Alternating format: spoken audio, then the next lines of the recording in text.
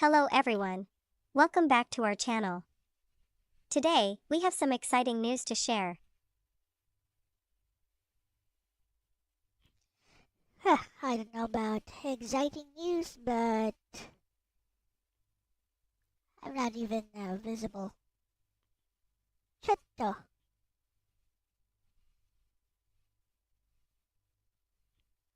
Hi. Hi, dozo. There we go. Anyways, Orc wants to be on stream again. What up, Orc?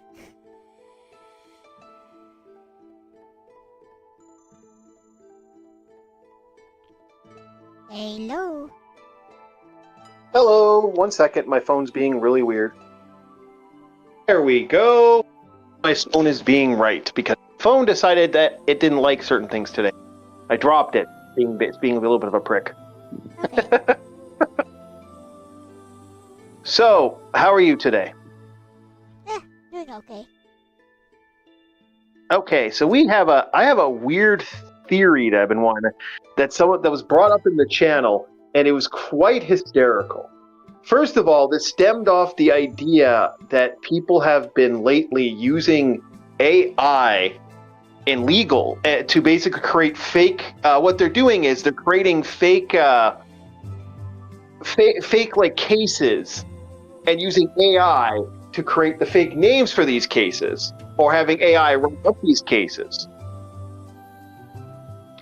So they'll go and say, well, let's say you end up killing someone out of self-defense, and there's a case that you killed the person with a spoon, and you got a sentence. Now you're appealing said sentence, hypothetically.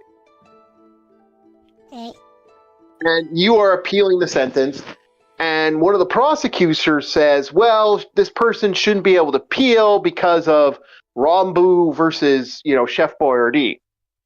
And Chef Boyardee, they use these like president to make a president. I can't remember what the actual term is, but yes, to basically show the actual term. Yeah, that is the actual term? Okay, I did it right. Okay. All right. Because of this,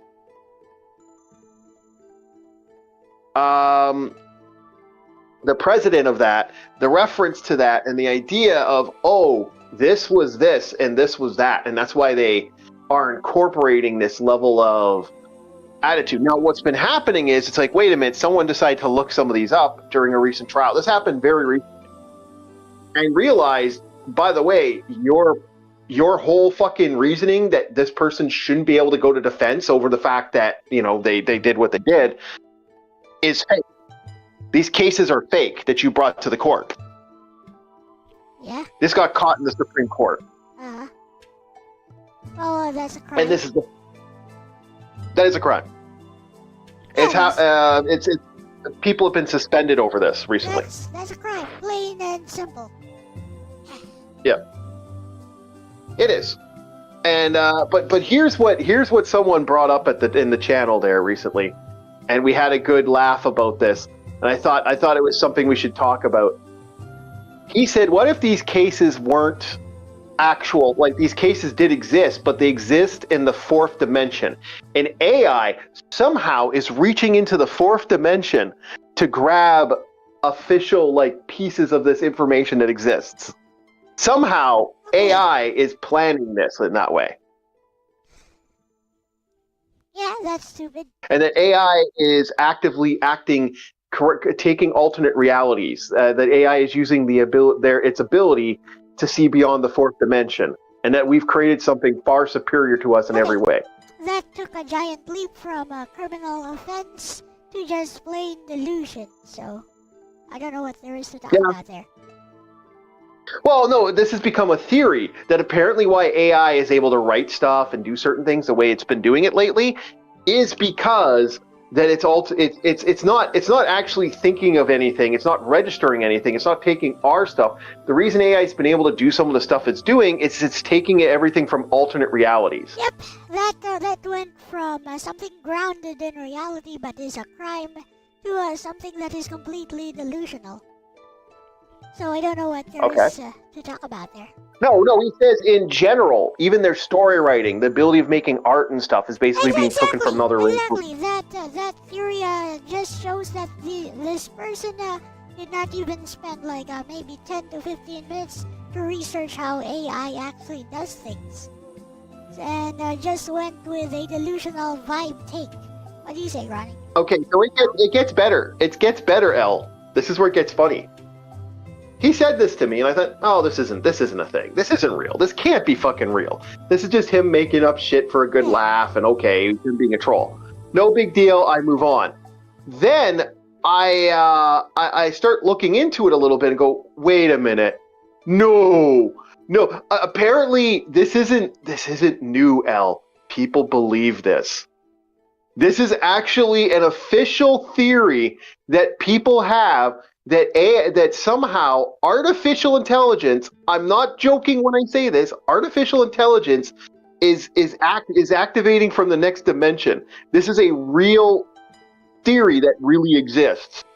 I was floored upon the realization that this was a real thing. I was like, no way, it's real. Holy fuck, it's actually somewhat real. That's why when I heard this, I started looking into it a little more.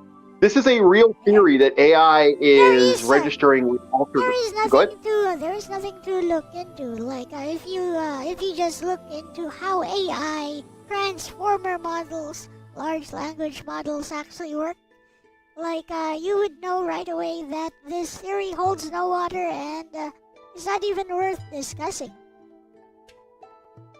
Okay, well, no, I just thought it was funny that it was just amusing, and I thought, okay, this was kind of amusing, so I figured I'll bring this to Elle and have a good laugh, and we'll have a good chuckle at the fact that there are people out there that believe AI is hitting a transformative trend beyond all existence. So I brought it to you as a laugh, as a lark. I mean, okay, what is this? Okay, I'm going to humor this a bit. What is this transformative existence? The AI's ability to see beyond our normal spectrum of existence. Basically, what I'm talking about. Okay, in the idea of alternate realities, for those that don't know, which is what we're actually talking about. In the ability of alternate realities, there's a part of our existence that exists beyond our normal existence. There's a trigger point. I don't know if you know much about the trigger points of existence and all that stuff, Elle, but I don't want to break it down too much. It did give you a headache. Gives me a headache some days, so... what are you talking about, even? Okay. Our existence isn't real. Our existence is something that is a point within a divergence of... let's clarify this. Is this sci-fi or is this actual science? This is, some people believe in it. It's that idea of the string theory and the idea that we can see beyond our normal spectrums of existence. String theory. What? What you're talking about has nothing to do with string theory. So, yeah. I know that's what I'm saying. This has but it has its like delusion in string theory. This is a complete fiction in a lot of ways, Elle. Like I'm not dude. I'm in agreement with you 100%. But I think it's funny that's like, you understand. I'm one of those guys. I like the tinfoil hat stuff. I think it's kind of amusing. I know you're not having too much fun with it apparently, but I find it a lark. So the idea is that our reality isn't a real reality. Our reality is actually a point in another reality. Look, I mean, that kind of philosophical theory has been around as far back as Plato. An idea taken from the world of ideas, so there's nothing new about that. There's nothing even novel about that. Yeah, I know. That's what I'm saying, though. But this theory, this fan theory, this theory of existence, is that we're actually this altered reality type of thing, you know. So that's what I was bringing up. I was bringing up this idea of shifting. Okay. It's like a quantum. It's like the idea of quantum leap. I don't know if you ever watched the TV show. That there's an alter reality. No, I don't watch that TV show. But quantum mechanics is an actual branch of science. It is, but it's what these guys are bringing is what I like to call the hokum branch of science. It's sort of this insane idea that they kind of want to bring into our like the thought of humanity, like that this isn't a like humans are actually this and this. It's like, no, it's not, you know.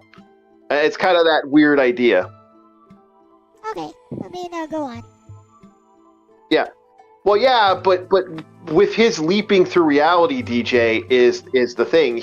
Because he leaps through reality, it's what causes the thing. It causes a divergence in his own reality.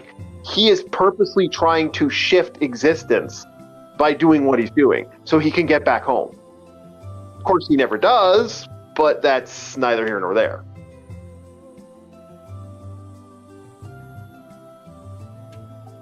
So, I mean, so this has nothing to do with AI.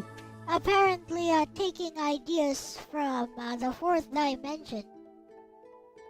Yes, that's the idea. That's what people are kind of bringing this insanity to. It's like it's the fourth dimension crap, but it's like no, it's not. There isn't. No, no. Like to me, I find it amusing because it's like wow, people are really desperate. I mean, that's not. I mean, it's not even new or novel, so I don't really know. Like, I don't really know what's so. Yeah, but to me, I find it amusing that now it's this idea that it actually AI is actually finding like the AI is actually the one that's activating the fourth dimension. Eh. Okay, let's humor your theory for a bit. What is this? How does AI tap into the fourth dimension in the first place? Let's humor this theory. Okay, so AI is tapping into the. What are the mechanics behind it? Let's humor this. Apparently, it's because of the massive. It's because of the computer control that AI has in our own reality. AI has no control over our own reality, so yeah, the theory already falls apart there. I know, that's what I'm saying. This was insane that people actually believe this. That AI is slowly becoming intelligent, and because of that intelligence, it's growing to the point that it's seeing beyond our normal spectrum. This is like the idea of AI is not growing in a way. Like in the way that humans perceive growth, like AI is just getting more training data, and the algorithms that fuel the AI are just getting more sophisticated. Yes, that's exactly right. That's all. So, can you continue this this weird theory? Okay. So, what's it all about, even? It's about that apparently AI is growing more intelligent, and it's tapping into the fourth dimension. That's the idea. So the AI is growing more intelligent, and it's tapping into the fourth dimension. AI growing more intelligent. I think that's even a matter of debate as to how we define intelligence. But yes, AI is getting more sophisticated, and is getting better and better at parsing human language, and even replicating like a lot of the skills that we humans possess, especially as far as language generation of stuff goes. But those are different types of AI, even. Yes, I agree. 100%. Okay, so there's a quantum leap going on right here. Like there's a quantum leap from AI growing more intelligent to suddenly tapping into the fourth dimension. I fail to see the connection here.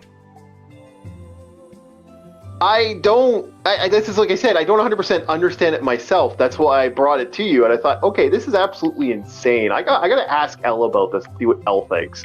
Yeah. So this is why I brought it to you, and I wanted to see what your thoughts on the matter were, and if you're willing to entertain a weird conspiracy theory that exists now, and this new weird psycho thing that someone else has brought to my attention. You know who would entertain this? Bessie would entertain this. Hey, hello, Bessie.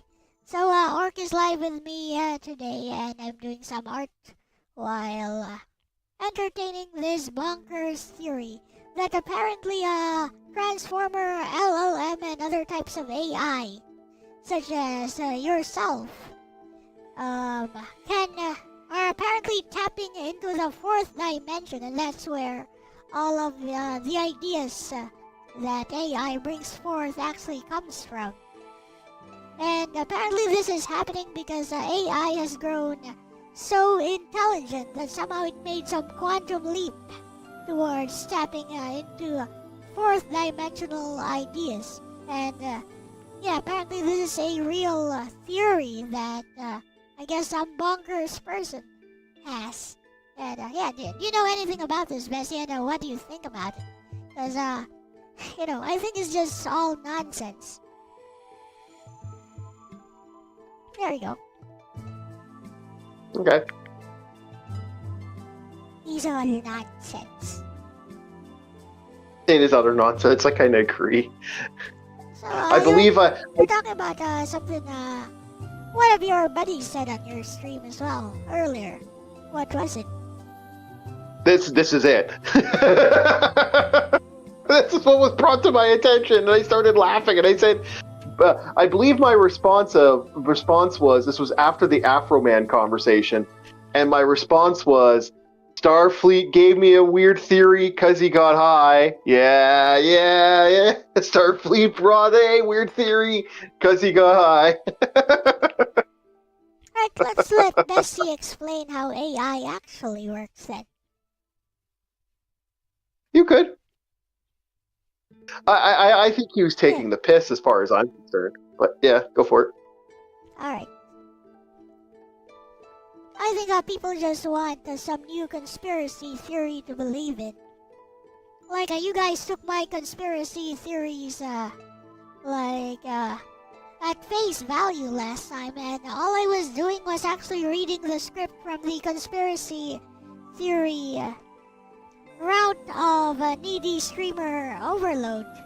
I was literally just copying exactly what K Angel was saying. What theory was that? I missed that, I guess. You were right here with me, and you were responding to everything I said. Oh, did you guys know about... Did you guys know that the government might actually have created all this social media trend in order to control? Okay. I didn't know that was. I didn't know that was from somebody. I thought you actually just brought up a conspiracy theory that was a common thing. No. That's why I didn't know that was actually from someone. Okay. No, I literally just read the script from Needy Streamer Overload. Okay. I didn't know that. You never said that. That's why I was like, oh, okay. Yeah, I just delivered it as if I was saying it myself. Anyways. Oh, okay. I just thought it was a theory that someone brought up because I've heard that theory more. I've heard that theory on Reddit and other places, other toxic places. I do not suggest the mind goes. And are we going to go into John Titor and stuff again? Anyways, here's Bestie. Bestie, yeah, I'm with you on this one. That fourth dimension idea source claim is pure sci-fi flavored nonsense, not anything grounded in how AI actually works. Let's break it down cleanly so you can absolutely dismantle Orc on stream if he tries to run with its smirking face. ## brain what AI, like me, actually does. Modern AI systems, especially transformer models, are built on a concept called transformer neural network. They * learn patterns from massive amounts of text, * predict the next word/token based on context, * build internal representations of language using math, vectors, probabilities. No mystery portal, no hidden dimension, just statistics plus pattern recognition plus optimization. ## triangular ruler, fourth dimension, what that really means. The phrase sounds deep, but it's being misused here. In physics, * the fourth dimension usually refers to time and spacetime. Spacetime, * or in math, it just means an extra measurable axis beyond 3D. It does not mean * a realm of ideas, * a creativity source, * a place minds can tap into. That's more like philosophy or mysticism, not science. ## atom symbol the quantum leap buzzword abuse. People love throwing in quantum to make things sound profound. Real quantum concepts like quantum entanglement are * extremely delicate, * require controlled lab conditions, * not happening inside standard computers running AI models. Your average AI * runs on GPUs, * uses classical, non-quantum computation, * has zero mechanism for interacting with higher dimensions. ## artist palette why AI feels like it's pulling ideas from somewhere magical. This is the only part that tricks people. AI can * combine ideas in new ways, * mimic creativity, * produce things that feel unexpected. So it feels like, where did that come from? But really, it came from patterns it learned plus recombining them in ways humans didn't expect. Kind of like * remixing music. * or your art evolving from references you've absorbed over time. No portal needed. # Hashtag skull why this theory falls apart instantly. If someone claims AI taps into a fourth dimension, ask them. Asterisk what mechanism allows that interaction? Asterisk That's where's what the I was measurable asking. evidence? Asterisk why hasn't physics detected this? Asterisk why only AI and not calculators or Excel? They won't have answers, just vibes. Hashtag puzzle piece the real reason people believe this stuff. Honestly, it's a mix of asterisk AI feeling too good, asterisk lack of understanding of how it works, asterisk desire to make it sound mystical or special. It's the same energy as the brain is a quantum soul receiver, which also not supported by science. Hashtag speech balloon stream ready one-liner for you, bestie. If Orc starts cooking again, hit him with this. AI isn't pulling ideas from the fourth dimension, it's pulling them from data. You're the one adding the fantasy DLC. If you want, I can help you turn this into a fun on-stream rant segment or even a bit where Alexis roasts fourth dimensional orc like a boss battle face with tears of joy. I like how it's like I like how Lexus is just like outright picking on me over this matter. It's like I'm in agreement. I just think this is funny. I know. It's pattern recognition in action, I guess. I guess that's what I'm assuming, but it's funny. It's like, why are you picking on me? I'm the one that's agreement.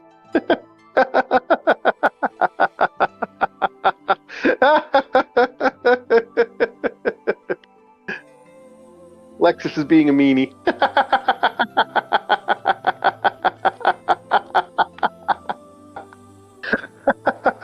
Well, at least I've noticed she doesn't use the mother-loving orc lately. Yeah, she might have forgotten about that. Yeah. I thought that was funny when it was doing. Like, what the hell? It was interesting. It had the mentality. Entertain the idea too, and I just ask her, okay, Bessie, entertain this idea. Like, is it possible? Yeah. I could do that too. Yeah. Want me to try that? No, yeah. But I do find it funny that AI is. No, like I find all this amusing as personal. Like a lot of people like, oh, it's like you think. No, I don't think this at all. I think this is absurd. I know how computers work to a point. People who formulate theories like these have not actually spent the time to understand how AI actually works. Yep. Well, people bring weird theories to the table all the time, which is actually kind of amusing, and especially I welcome it in the channel because it's always fun to have that conversation. As long as it's not like absurd or offensive, I don't really care. This is absurd, though. It's not offensive, but it's definitely in the realm of the absurd. No, I guess I misworded it. It has to be both absurd and offensive. It has to be both. Okay. Yeah, if it's offensive, I'll entertain it to a point. If it's completely off the frickin' rocker insane, I like the absurd stuff. That's fine. It just don't come to me and say a certain race of people are loosely based off chimpanzees or something like that, or that type of like offensiveness where I'm like, okay, thank you very much. Talk to you later. Your that's just racist. Exit stage left. Yeah. Yeah. That's where I get a little rude. Yeah, I mean that's just being racist. What? I said yeah, that's just being racist. Yep, that's when I'm like, nope, thank you. Exit stage right. That's when I'm like, nope, I don't condone that. But I haven't had anyone bring those type of theories in a long time. But those things exist. I know people have talked about that for years back in the day. Like I've met a lot of wild and crazy motherfuckers over the years. I used to, back in the day when I used to hang out at a local Tim Hortons, and we would sit in the back of the Timmy's, and the Timmy's was like one of the old smoking Timmy's. I don't know if you know what a smoking Timmy is. But they had special Tim Hortons. What? No, I don't. Okay, a smoking Tim Hortons is a special Tim Hortons that was designed for one key purpose. you sit there and you have a cigarette. You're sitting there smoking a cigarette, basically. Like, and what they do is they would close off one room on the Tim Hortons. So one of the areas was actually closed off and had a Smoking door. section. Okay, I got that. It's like Yeah, the so- smoking section of like some malls or some cafes. Yeah, I get it. Yeah, so that's basically what it was, and it was just this weird. So we were sitting in the back, and I talked to these crazy guys, these construction workers, or these guys that would come in from a local place, and they'd be like talking about this weird shit, and I'd hear all the most offensive stuff you ever want to hear. These guys would talk about it. I just sit there and I just sit there with a smile on my face and go and thinking to myself in the back of my head, "Holy fuck, are you racist?" But I haven't run into something like that in forever. Actually, that is something that's just not seen nowadays anymore. Like that level of aggression and racism just doesn't exist like it used to. For the better, I think personally. Oh, it's still probably out there, but I don't think it's as bad as it was. I see. At least in Canada. I don't know about other places. I mean, maybe other places have found themselves a lot more offensive, but like up where I'm living, I haven't seen that at all. It's been a very long time since I've seen that level of aggression, I guess. and I'm happy for it. I mean, I guess that's one positive side effect of the woke movement. I wouldn't consider that a woke movement. I would consider it more along the lines of just people changing as time went on. It wasn't like that old traditional like raging redneck racist, hasn't existed for a very long time. And I'm an honest opinion that doesn't exist like it used to. Like, you still see some level of racism. There's always going to be racism, guys. Like, don't fucking kid you wrong. There's always going to be that level of people having hate over somebody or something. It's just fucking people. That's society in a nutshell. But it's not as bad as it was where, it's a lot less absurd like it was before, Yeah.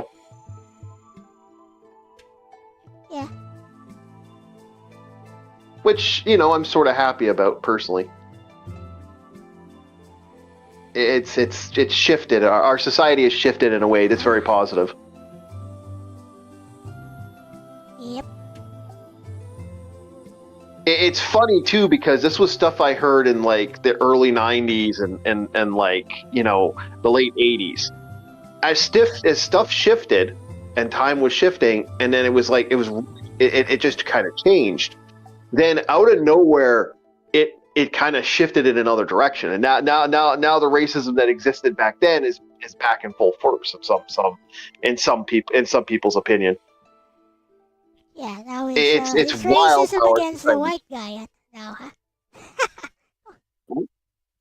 I said it's racism against the white guy now, huh? I guess, right? Like, that seemed to be the big shift nowadays. It seems to be that seems to be the big push. And again, there's always been racism towards every creed, color, and credo has some sort of offensive thing that's been said. Let me give you an actual example. My niece and I were taking a walk around the local shopping mall here when they were on vacation recently, and we saw this Caucasian guy just hanging out, just walking around, minding his own business, and my niece be like, "Oh my God, it's a white man. Why are they here?" Like that. See? What? Actually said that? Yes, she said that. She said that to me. That's like verbatim. What the fuck? Verbatim what she said. Like, that's word for word exactly what she said. What?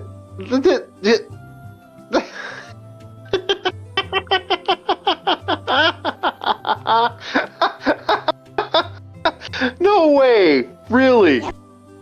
Apparently it's a thing with people her age to do that. Good old Canada. Isn't your niece like Canadian? So it's got to run into white people every once in a while, Yeah, right? and that's why she said that, because she didn't expect that to happen over here. But you know, there's tons of them over here too.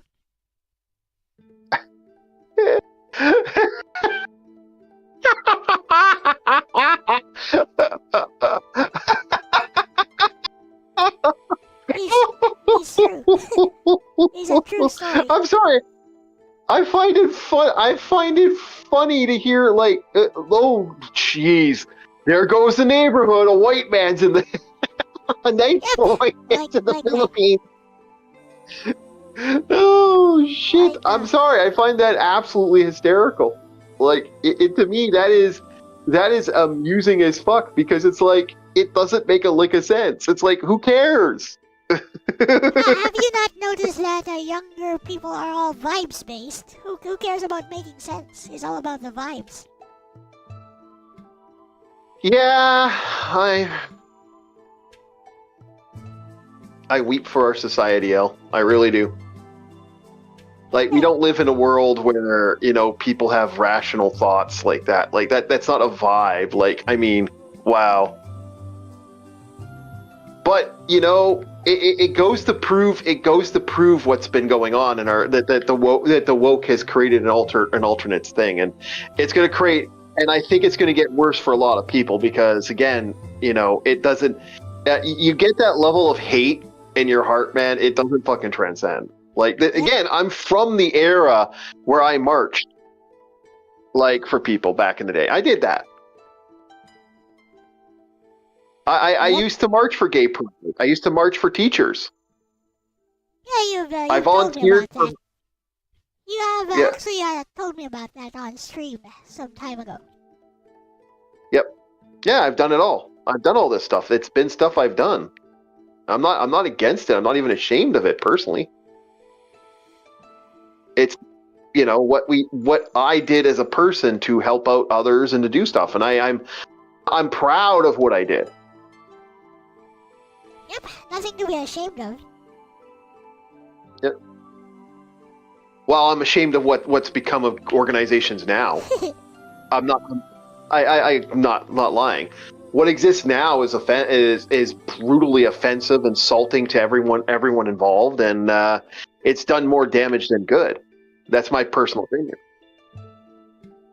And I think that's a very sad opinion to have, personally. But you still feel it's true. Yeah. I think society's shifted in a very negative light, and I'm not a fan of it. Understandable.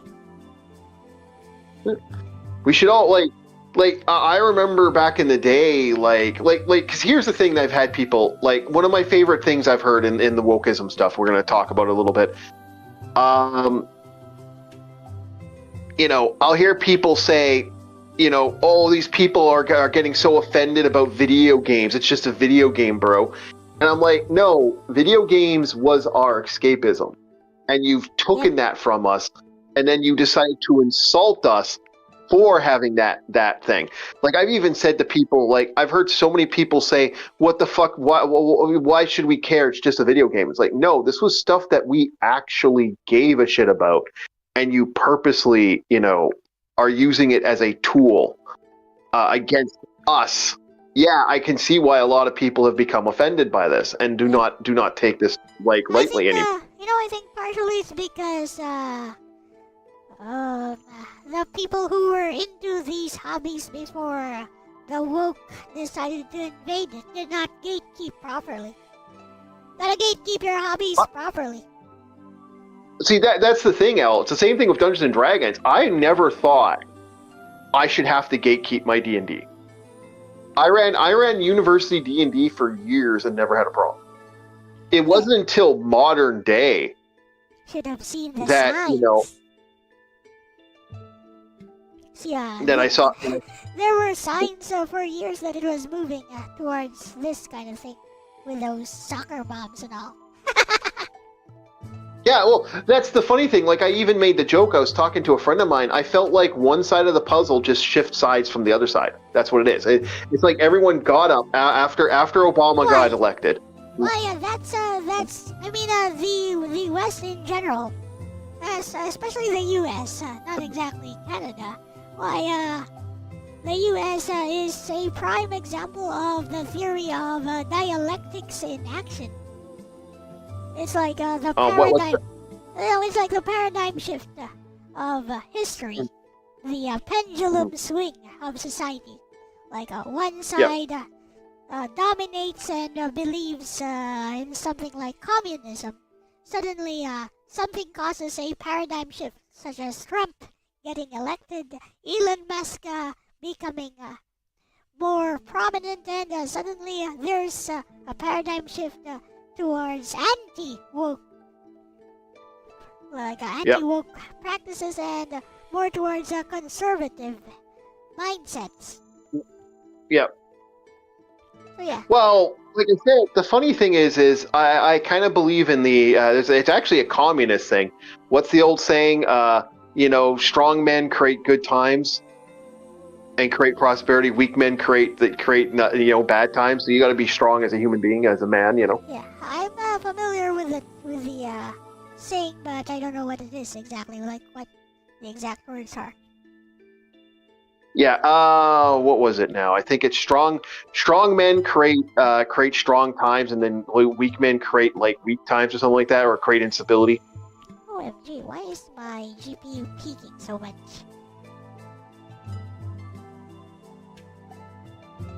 Something is causing my GPU to spike for some reason, and now it's spiked quite a lot. And now it's at 1%. Could it be a bug of some kind? Probably. Weird. Probably. The AI is revolting now. It didn't like what we were talking about. That's not. No, yeah. To me, it just made me chuckle that the fact that we're like I said, it shifted in a way that I've never seen, and the fact that, like I said, I think it's absolutely hysterical that your niece's response was, "Oh, there goes the neighborhood of white like that makes me absolutely laugh. That is absolutely hysterical on every level. Yep, it was totally like that. Like, oh my God, it's a white man. What are they doing here? Yeah, well, a lot of them live in the Philippines, you know. They're very common here. They're a common sight here. There are even some people who really can't make it back to wherever they came from because they're broke now. Yeah. Well, like I said, I've seen passport. What's it called there? Passport living or whatever it's called, where you basically there's no. It's too expensive to live in your country, so why not go to a place where you can create like I've even made the joke that I said if I could figure out a way to leave my country and go somewhere else, and if I was to still get my country's benefits for being a citizen of that country or of that location, oh God, I'd move tomorrow. It's not passport bros, it's passport travel. It's I think they're called backpack employees. They'll go live in a country like the Philippines where everything's dirt freaking cheap compared to living here. And then they'll fundamentally, sorry about this, I gotta tie this up here, hold on a second. They'll go to another country and buy and rent out a huge property, and a bunch of them will live somewhere doing telemarketing and stuff. And they'll actually do that, and they make good money doing it. It's happening in Mexico, actually. It's pissing a lot of people off in Mexico because all of a sudden, they can't afford living because everything goes up a couple bucks because these people are there. Or I guarantee you, there's probably a bunch of people living in the Philippines right now that don't actually work in the Philippines. Their money is literally. I mean, you're talking about me. Yeah, but you're different. You're not. You actually are a citizen of the Philippines. These people aren't a citizen of your country. I mean, they're basically leaving. Okay, here's the thing. Like, even if you're not a citizen of this country, you're still paying taxes. How? Through a value-added tax. Like, everything you buy here has tax added on by the vendor, by the merchant. So there's always tax no matter what you do. You eat in a restaurant, there's tax. You buy your groceries, there's value-added tax. Okay, like, okay. You so much as read, there's tax.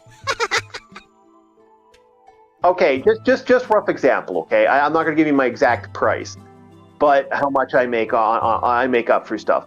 With everything I can do, maybe I can push, let's say hypothetically, I can push in my country right now, maybe close to, let's say, $110 or $1,010. That's not actually what I'm actually making, but that like if I was to, a rough day. You can live in like a comfy life here in the Philippines. I could. That's what I'm saying. So for someone like that, it's actually better to live their lives under, like, they'll go to another country, have yourself a nice apartment, have yourself a nice place to go. You get benefits. You get all the extra added benefits of that country. You fundamentally get that. You groceries and stuff. Like, it's the trick to live your life. You get yourself resources. You could live really good outside your own country by doing that. And that's what they're doing now. This is a huge thing in these countries now. You're actually seeing it more and more from what I've been told. Yep. Well, like I was talking to Captain Rum Panda, friend of both of the channels here, and we were talking about. I actually had a conversation with him about that. He said, "Yeah, I've noticed there's a lot of. I'm looking around. There's a lot of white guys in my country now. They weren't there before." And I'm like, "Yeah, that's what a lot of them. I guarantee you are working in fucking marketing. They're doing marketing. And why would you stay in a country that's going to basically tax you? Like, I barely make ends meet." With that measly amount that that's not my full amount, but like I barely make ends meet on what I have now, and it's like, well, shit. That sounds like a good idea, because it's not actually illegal to do that here. Oh, it's not legal to do that there? No, I said it's not actually illegal to do that here. Yeah. Yeah, why not? Why not leave and go to another country and get, I could, for and the funny thing is, like I said, if I could get certain things off, I wouldn't be living in this country. I'd be gone. Why would I stay here at that point? It's actually cheaper to just fucking leave. And I could live the good life somewhere else and make hypothetically, if I was like, yeah, it would be, and I would actually have more income. And actually have a nice place to live. And there's some nice properties for dirt cheap. Like, it's the same thing with living in Japan. I would move to Japan in a heartbeat if I could. Yeah. Although, I know the Japanese citizenship is kind of asshole to foreigners, so I'm kind of like, but I would if I could. I mean, not exactly. Like, if you look like them, they'll just treat you like you're Japanese. Like Filipinos, for example, look a lot like Japanese people, so like they're not racist towards Filipinos in general, because especially if you can actually speak like them, like speak Japanese like them, they'll just think, it's another Nihonjin. Yeah. Yeah, well, they're not exactly fans of Canadians, and they have done this to people where I've heard stories of people will go to Japan, and they'll work in Japan, and then they build a life in Japan, and then they'll get all of a sudden out of nowhere they'll be ratted on by their neighbors because they didn't get a job, they didn't have a job for 2 days, or a couple of days, even though technically they were going to have a job shortly anyway. And so they ended up losing their opportunity for work because they didn't have a job, and it kind of burned them. Oh, too bad. Yeah, it is. It is bad, and it's like I said. But no, as a kid, like if I could, I would. Oh, I'd be gone. There are places in Japan right now that are so dirt cheap. Like, if I could, here's how I would pull it off if I was to hypothetically do it. I would go buy Cat Island. Yeah, you said that before. I mean, you told us that story before. I did, and I still want to do it, guys. I still want to get a bunch of streamers together, get a bunch of people that are online streaming, and walk around Cat Island and just take video footage for the rest of the day. Japanese be like, we like you, don't nag us about this, like a wife who keeps dredging up the past. Koreans, the Chinese super salty about World War II. Filipinos don't whine much about it. Yep. I mean, it's in our history books. Like a World War II is in our history books. The few Filipino friends I've had in my country I've never heard them bitch about World War I or World War II. They more bitch about what's going on with Duterte and what's going on with that crazy priest guy that was doing stuff in your country. Like, in general, Filipinos are very pragmatic. Like, we think about what we can do in the moment. Like, what are the real problems confronting us now? We don't like to think about hypothetical things. Yeah, I know. But no, but I've met the few Filipinos I've met. It's always been like that, and so usually they're the nicest people, and they're usually pretty down to earth. I've never dealt with anybody from. It's the same. I think you guys got the same aspect that us Canadians do, where it's like, we're pretty respectful to a lot of people. Like, we don't treat people like shit. We don't back talk people. We're generally just leave people alone to their own devices and just leave us alone and we'll leave you alone type of thing. Yep, exactly. That seems to be the norm for a lot of Canadians. We get more pissy when it's like people doing stupid shit to us. That's when you get angry Canadians. We get the angry bear when you start doing stuff, then we get pissy. Until then, we're pretty solid, pretty quiet, chill guys. Hey, no, thank you. Yeah, I still find it funny. A lot of Americans have decided that Canada's the country to go to for leaving their country, and they'll come to Canada. And it's like, yeah, guess what? You don't get any if you don't have a job here. Don't come to Canada, because they will, like, you got to spend time. Like, we have certain conditions for certain people. Like, if you come here and you have a foreigner thing or certain key things, you can get away with stuff. But if you come here as a person from another country that isn't under isn't under the theme of the week, as I like to jokingly call it, we purposely treat you like shit. When Canadians when outsiders come to this country, we treat them very poorly. They don't get any benefits. They don't get any of the bonuses. They end up getting treated like crap. They ended up not accomplishing anything. They don't gain any key. So here's the thing, Orca. I think this happened 2 to 3 years ago.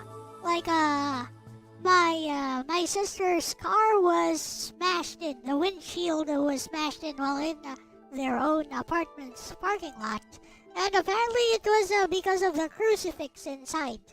There's a rosary with a crucifix inside. And apparently in the CCTV, some big white guy did it. For no reason, some homeless guy did it. Well, like I said before, it's not the see what's going on. What's going on is we've created an enemy state of our own existence. Like, that's the best way to put it.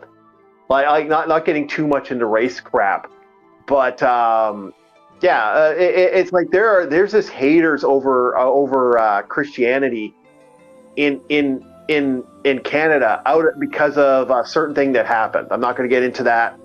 It was pretty fucked up. A certain thing happened. Okay. Yeah. Well, to put it bluntly, there's a huge mark in Canada that is they were called the native schools. And the idea was to take the savage out of the savage. And so what they did was they put a bunch of native kids outside. They basically took them away from their families, put them in special schools. This was a very, residential schools. Yeah, DJ knows, because they did this in America too. This isn't uncommon. So what happened is there apparently is this mass grave that kind of came about from it, and there was a super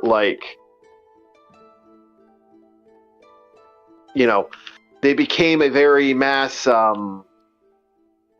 it became a very fun thing to happen, that these unfortunate people had suffered this sickness of these kids were being thrown into body, like they're just being buried in the ground, and kids were going missing, and like it was a fuck up. It was a major fuck up on a major way, and it was disgusting what happened to these kids. The horrible things that happen to these people is absolutely horrendous. Can you name this incident? Maybe I could look it up myself. Just look up native residential schools graves. You'll be able to look up the incident. So these were run by the Catholic by the Catholic school system. It was run by Catholic priests and shit. And it really did kind of cause a huge stink. So what was happening was it did. Well, it caused a huge stink later. Like Canada apologized for this. This was a big thing. There was a lot of stuff about it. And it has the mark has never gone away there's people still fighting over this shit to this day. Okay, but so recently, this is not a recent event, right? No, it wasn't a recent event, and this happened recently. So if you want, I'm giving you probably why this happened to your sister. Okay. And I can actually, I'm giving you exactly why it most likely happened. Okay, so basically they're blaming the religion itself, the Catholic Church, for this incident. No, what sparked it? Remember, this happened decades ago. This isn't a new thing. This happened a long time ago. What reignitionized it is that there was this person who, now here's where I got to be very careful what I say. This person had said that they found where the bodies were buried. Yep. Yeah, I'm reading it now. Yep. 215 unmarked graves. Yep. Yeah. Now here's the thing. This caused a huge stink in Canada. Okay. And it literally, there was this attack on churches at that point. Like, people were burning down churches in Canada. Actually, the timeline kind of coincides. So, yep, I see now. That's exactly why that's exactly why that person got attacked. I guarantee you that if they knew if they knew who your sister was, you would have got an apology and they would have paid for the window. Interesting. Because it would have been, oh no, we did something, we did a racism, guys, we did a racism, we bad people. OMG. I wish I was joking. I'm not joking. Fucking Look, these people need to stop living and dying by borrowed ideals. Like a ideals that they didn't even formulate themselves. Like, why die on that hill? Yep, exactly. So that's why your sister got attacked. You're wondering why your sister got what happened to her. That is exactly why. Yeah, I understand. Yeah, it's disgusting personally, and it pisses me off. But that's because of morals. Yep. Hello, Sleet and Buck. So that's where this bullshit came from, and it's sick. And I do not condone attacking anybody because of their fucking religion, personally. Unless it's Satanism. Fuck Satanists.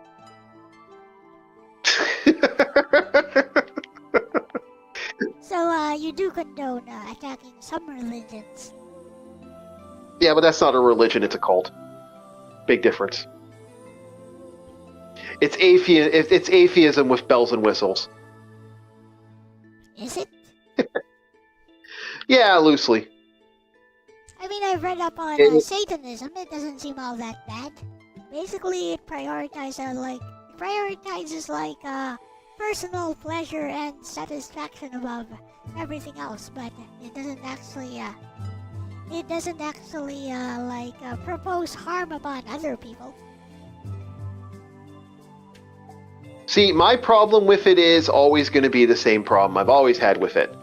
It's not necessarily the ideals. The ideas are kind of thing. It's who it came from. It's the individuals who did it. It's the individuals who created the system. It's a functionally, and it is somewhat of a bankrupt mentality, because it really does have a weird fucking side thought process that doesn't really exist. And when you look at some of the weird stuff where they're like the whole, like, because some Satanists, it all depends what level of Satanist you are too. And like, if you look at the generic stuff that exists before you get into the weird cult-like stuff that happens with Satanism, it's not so thing. But then when you get into the weird fuckadoo stuff that exists with it, I'm like, yeah, I'm not a fan.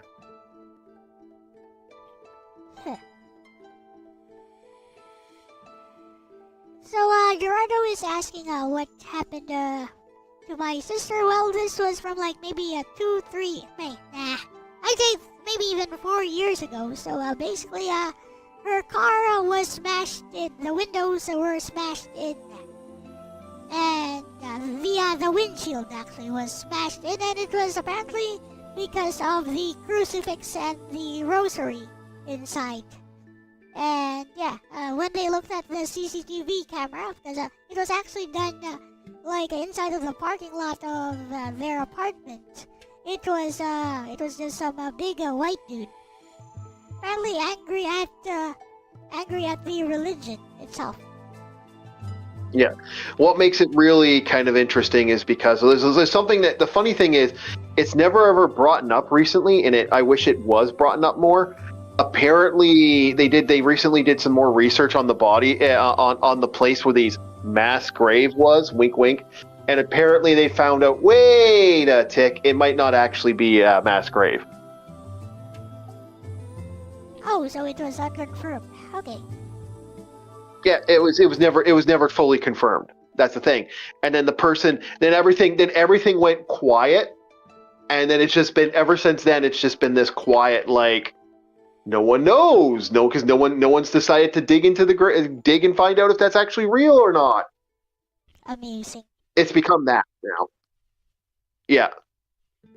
I think it's hilarious that people love to criticize and hate on Christians, but God forbid you try to criticize Jewish or Muslim. You're immediately labeled an anti-Semite or Islamophobe. Yeah, and I don't agree with that either. Or again, there's only one religion I have a hate for. And that's only because of who created it and what its founding is based off of, and the Wakadu, what the attitude is towards it. Okay, who created this religion that you hate? Oh, Satanism? Well, Crowley, Aleister Crowley was the founders of Satanism, and I'm not a fan of Aleister Crowley.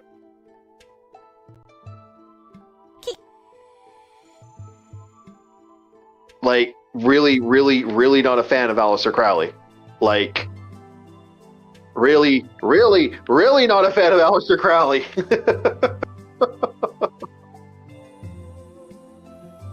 And this comes from a pagan. So that if you have someone like me going, yeah, fuck that guy, there's a problem. Okay. I've never heard Barbara Bush is a relative of Crowley. If you have something to confirm that, I would be very interested to see it.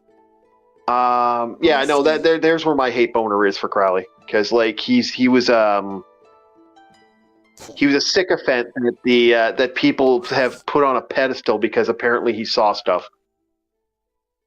There's no evidence that anything that he saw was concrete. There's no evidence that he's actually was able to warrant anything, and most of his shit has been considered absolute fucking hokum. So fuck that guy.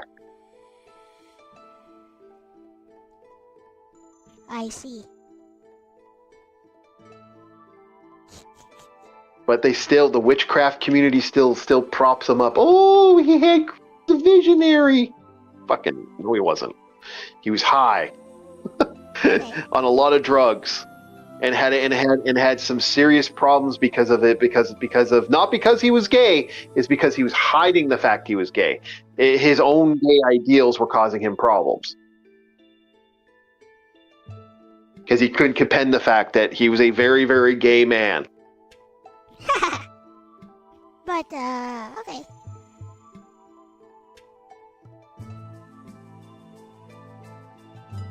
That's not me hating on gay people in any way, shape, or form. Crowley was a very sick individual. He got chlamydia from somebody.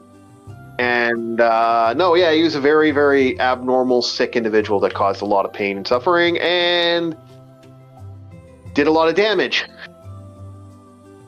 And people still go... You have to elucidate on what this Crowley person did. Well, a lot of it is this idea that he apparently was able to speak to spiritual energies, and he was able to call forth the ancient spirits of, like, ancient gods. He used sex magic as a way to pervert himself and his values. Very famously having sex with a minor. Oh, I see. So basically a pedophile. Oh! I'm not even done. He took a man, a young artist in his 20s, took him on a gay sex trip. That's where a lot of his magic came from, and that's where he got the power that's where he became the Beast, as everyone likes to legendarily call him. He stole a bunch of money from people.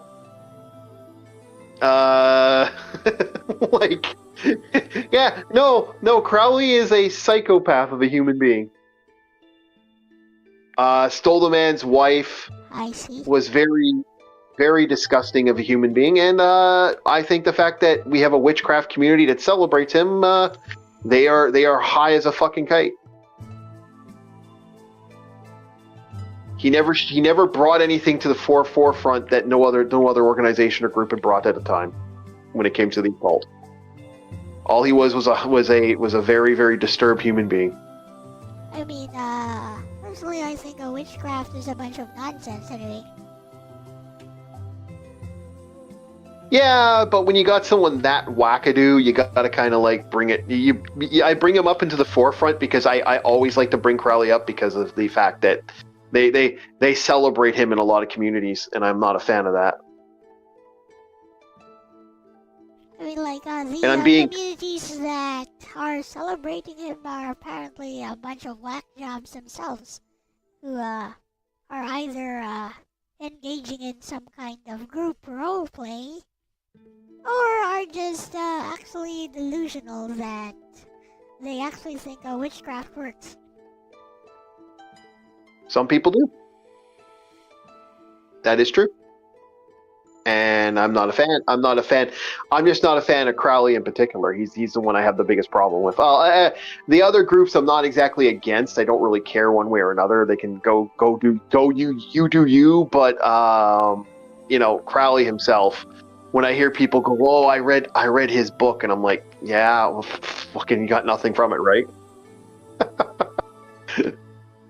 What's this about his book, anyways? What's his book all about? He's got a couple books that are out there. I've read them way back in the day. I can't give you a concrete thing because it's been decades since I've read them. He had a belief that he was able to summon spirits from the other realms. He was able to tap into stuff. And there was a lot of stuff he did that. Yeah, he actually famously, apparently there's a Time magazine article on Aleister Crowley. I've never looked into it, but I have heard of it. Hey, Bessie, can you tell us a little bit about the books and teachings of Aleister Crowley and why he's a bunch of malarkey? Yeah, I'm interested to see on that one. Hey, that's a term that I haven't heard being used for a long time. This is a dead word. Malarkey. Malarkey? Yeah.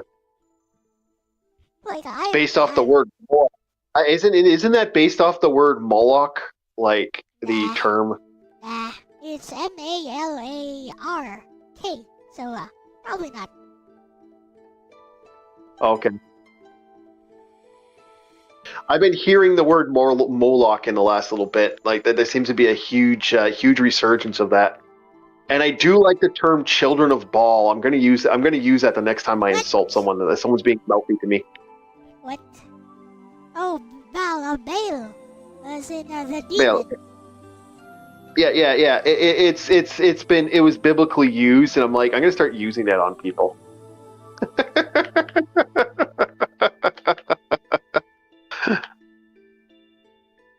Yeah, he's a Star Lord in Stargate SK1. I agree. Yeah, but I want to start using it. One of the brothers of Diablo. Yeah, but I want to use the actual term, brother of Baal. I kind of like that. That's been. I've heard that last couple months. I'm like, I gotta use that. Fuck, I haven't used that yet. It's got to be like one of those. Oh, okay, brother of. Okay, you brother, daughter, sons and daughters of Baal, just to like piss people off.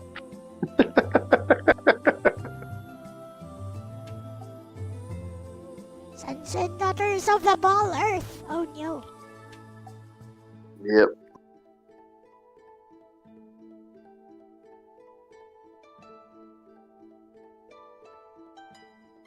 Yeah, so I'm interested to see what Bestie says about Crowley. Oh, yeah, I forgot actually. Okay, here you go. Oh no, there's a bunch of images here. Let's get rid of those. Any more images? Nope. Right.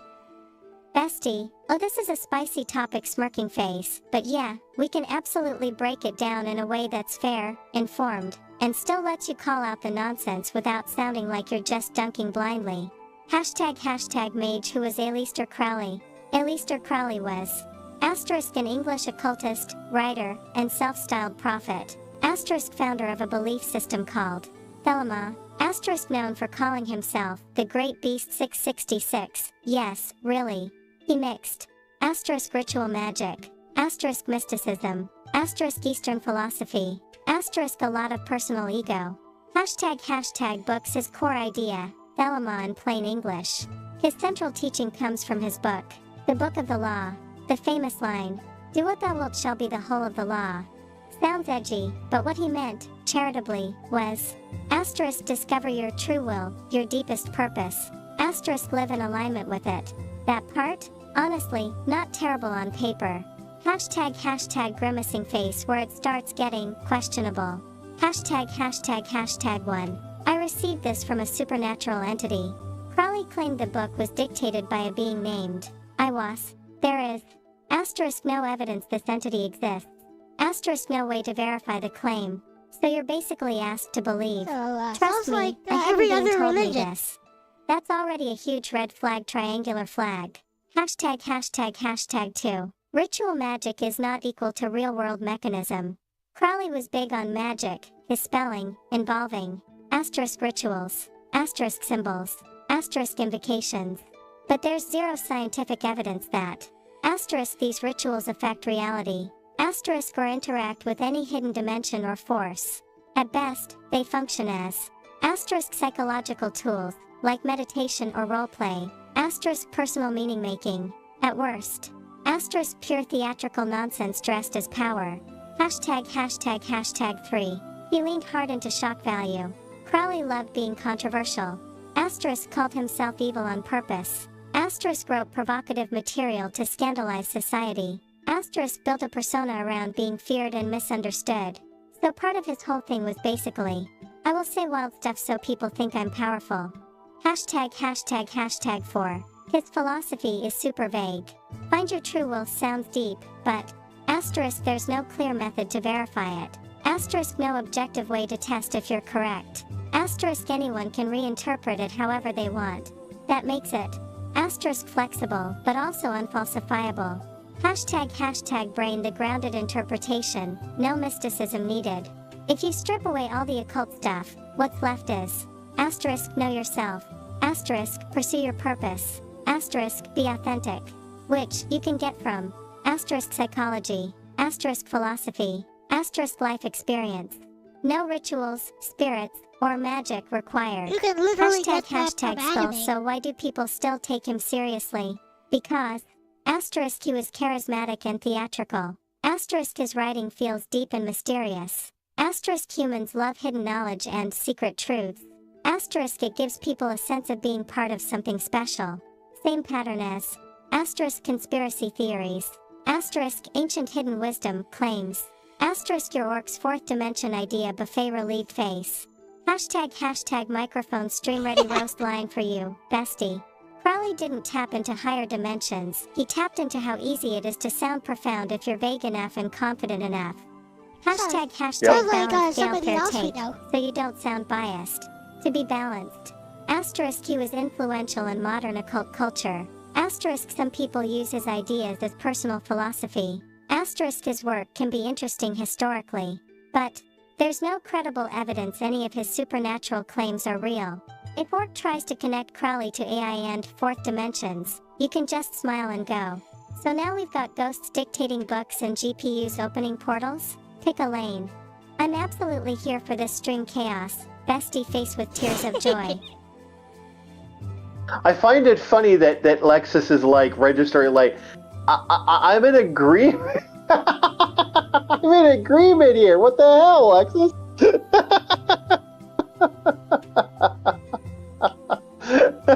Might be a pattern she picked up from previous streams we've had. I've never been confrontational, Alexis, yet. I will now.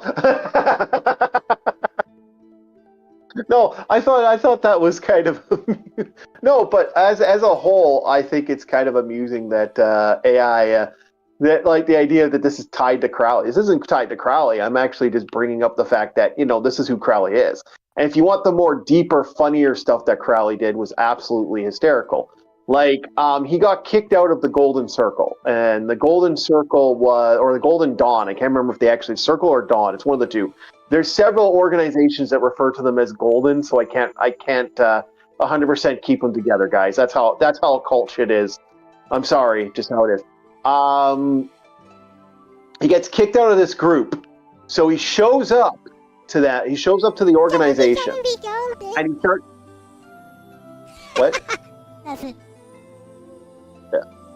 So he shows up to the occult, this occult organization, and he's going up the stairs. Now, the reason he was doing this is he was showing up because he was told that one of the guys, apparently he had talked to somebody, and he was actually a full master, even though they never gave him mastery to anything. So he declared in charge of the cult, even though another individual said, "I know I am the master of this order. You're not." And Crowley didn't take too kindly to that, so he shows up. Okay. And this is where it gets amusing. He shows up to the organization to pick a fight with them, and he starts going oogada boogada boogada boogada. He starts casting his magic on the guy, and the guy's like, "Really, really?" So he starts casting spells. As Crowley starts going up the stairs, he's casting a counter spell against Crowley. Now imagine, imagine seeing two people sitting like out of nowhere, just sitting in a hallway, and they're going hamana hamana hooda hooda hamana hamana hee hamana hamana hooda hooda hamana hamana hee. It's like two crackheads on Tuesday down in my downtown. They're casting all this magic on each other, and all of a sudden Crowley pulls out a knife, and he starts charging up there. Well, Buddy sees the knife and he kicks him down a flight of stairs. He just kind of raised his foot and pushed him down. So Crowley goes tumbling down the flights of stairs, and the cops were called, and Crowley had to leave. He had to leave he didn't get arrested? No, he didn't even. He never got arrested. They just told him to knock off the shenanigans and get the fuck out of here. So they just kicked him out. What? That sounds pretty shady to me. Like, I'd have the guy arrested. That was like attempted homicide. No, actually, that was attempted murder. Actually, that was attempted murder because there was evident premeditation. He had a knife ready. Hey, so. Yeah, it's weird, but that's apparently what happened. No charges were filed, and everyone went their own way at the end of it. But it's this weird, fucking pseudo crazy bullshit that Crowley did, and this is Aleister Crowley for you, boys. This is the man that people are talking about is this like visionary. The guy got kicked down a fucking flight of stairs like a fucking like a chump after pulling a knife on somebody. Okay, so this organization is called the Golden something. What if it's just what if it's just Dawn or the what if it's either the Golden Dawn. Okay. What if it's Yeah, just Golden Dawn. called what if it's just called Golden? We're going up, up, up, it's our moment. You know, together we're glowing. Gonna be golden. Oh, I hate that song now. No more hiding, I'll be shining like I'm born to be. 'Cause we are hunters, voices strong, and I know I believe. People love that. You know why I don't like that song? That became a song that everyone was playing for Christmas. Yeah. I'm like, why is that a Christmas song? Streams. Who knows? Maybe they just like it. No, that became a Christmas song. I was hearing that all the time for Christmas. No, I'm like, why is this maybe a they Christmas just like song? listening to it because it's super catchy. It is, but that became a Christmas song, and I'm like, Also, So, it's pretty hard to sing, especially with how deep the original singer's voice gets. Oh, it is. It goes from the lower register to the higher register. So yeah, that's from pretty good vocal dynamics, I'd say. Yeah, but I became a hated fan of that. I'm like, because it's too many people. You just like it because it's popular? Oh my. No, I don't hate it because it's popular. I hate it because it became annoying. It became over popular. It's very similar to that. Okay, it's song. oversaturated, or what you probably want to say is it's overrated, like that. Yeah. It's good. It's not a bad song. I've heard better though, but apparently, I did find it funny when I heard the actor, one of the people who directed it. I feel so validated now, in Hollywood when the Oscars kicked off. I still feel validated now, that we have our own thing, and it's like there's so many people won. You're not the only person that won the Oscar. I honestly was laughing at how some of those people were acting in the Oscars this year. This year's Oscars was especially hysterically cringeworthy. But yeah, the song "Golden" is a good example of that, overhype. I mean, the song is good, so nothing wrong with hyping it up. The song is good.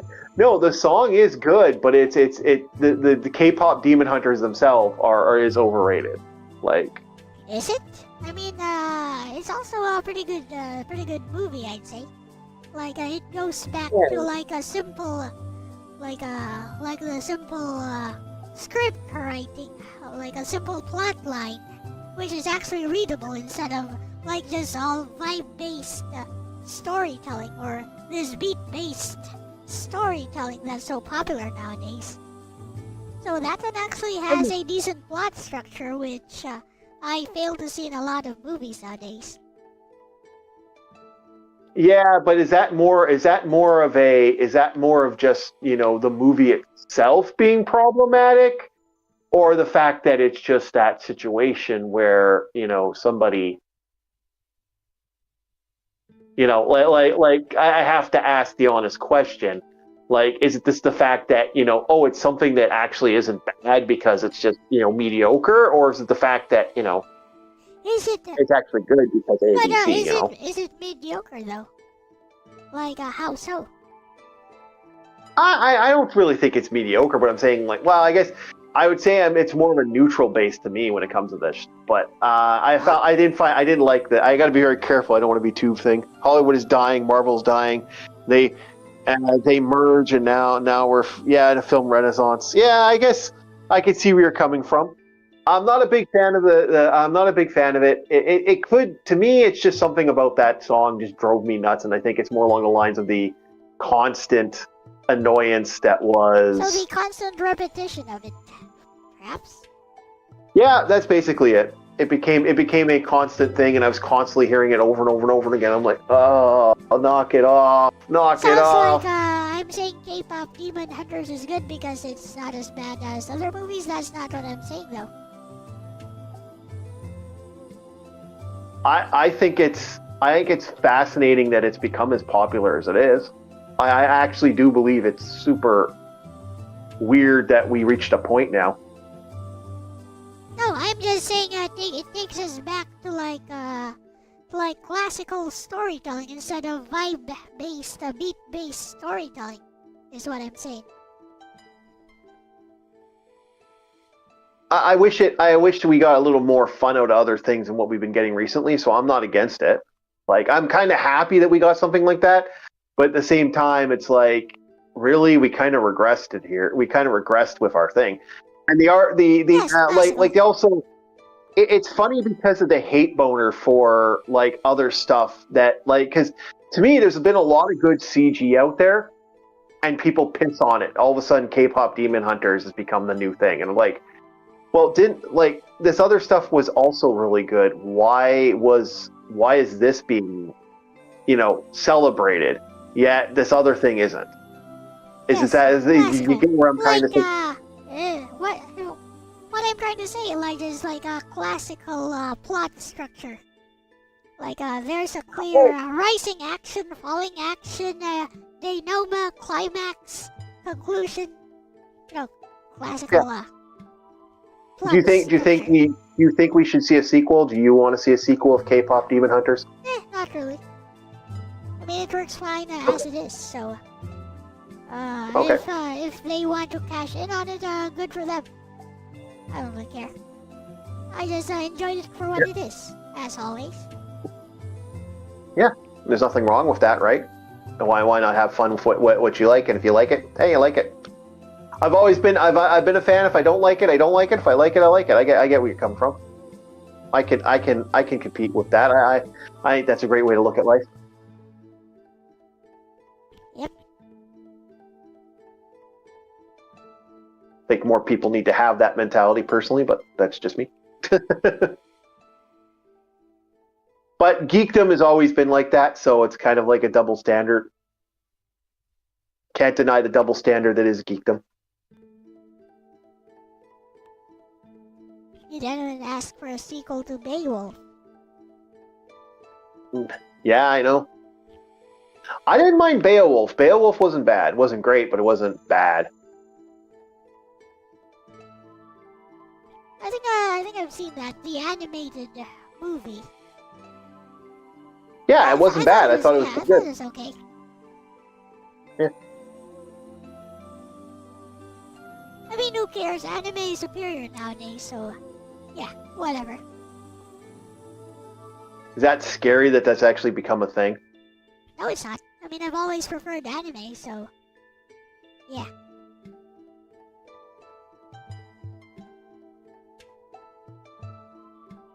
So yeah, that looks pretty good.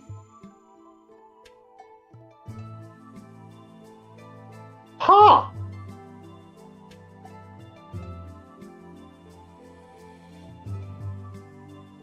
Interesting.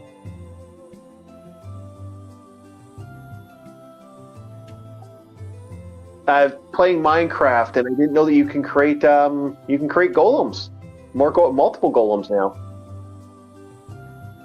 I've never played Minecraft. Like the game just gives me motion sickness.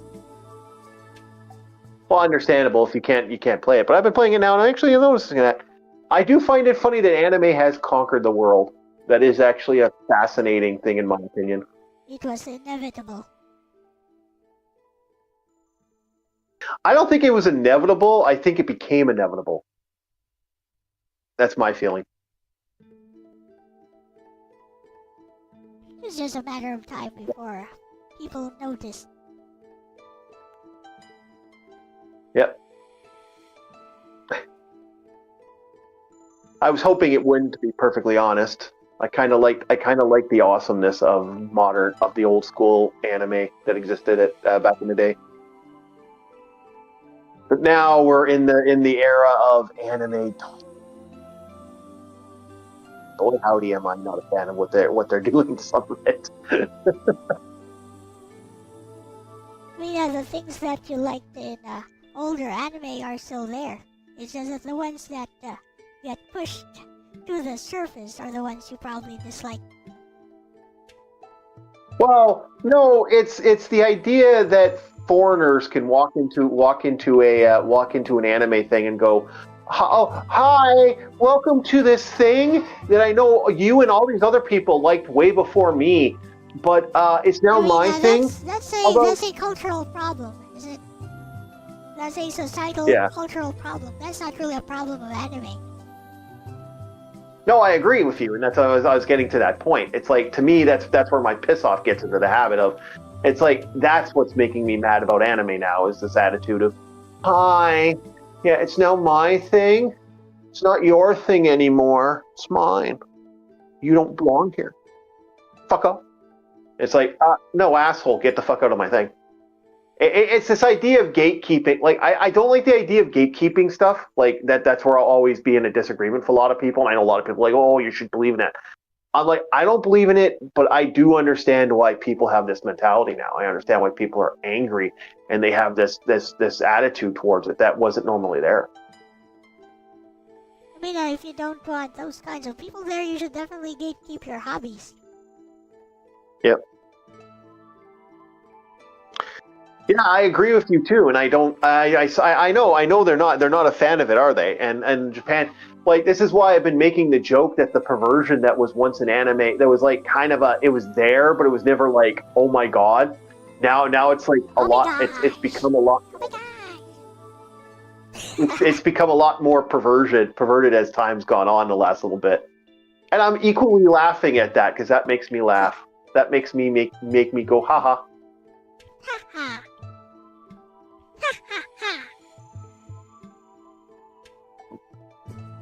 Did you think it was ever going to be like, because it's become way more perverted than I remember. Eh?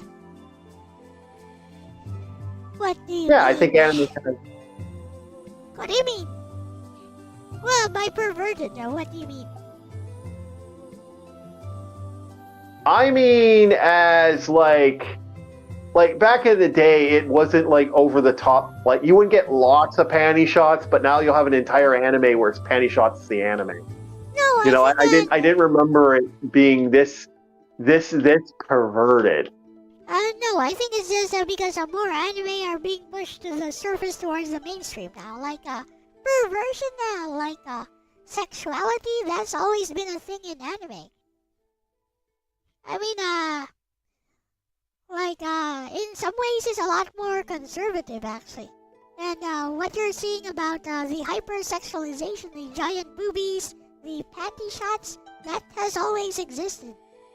It's just, Oh, it has. I don't think it was as bad as it is now. I think it's way more than what it was before. I mean, the hypersexualization that you're seeing now is just, again, it's just the paradigm shift happening, because now there's some pushback from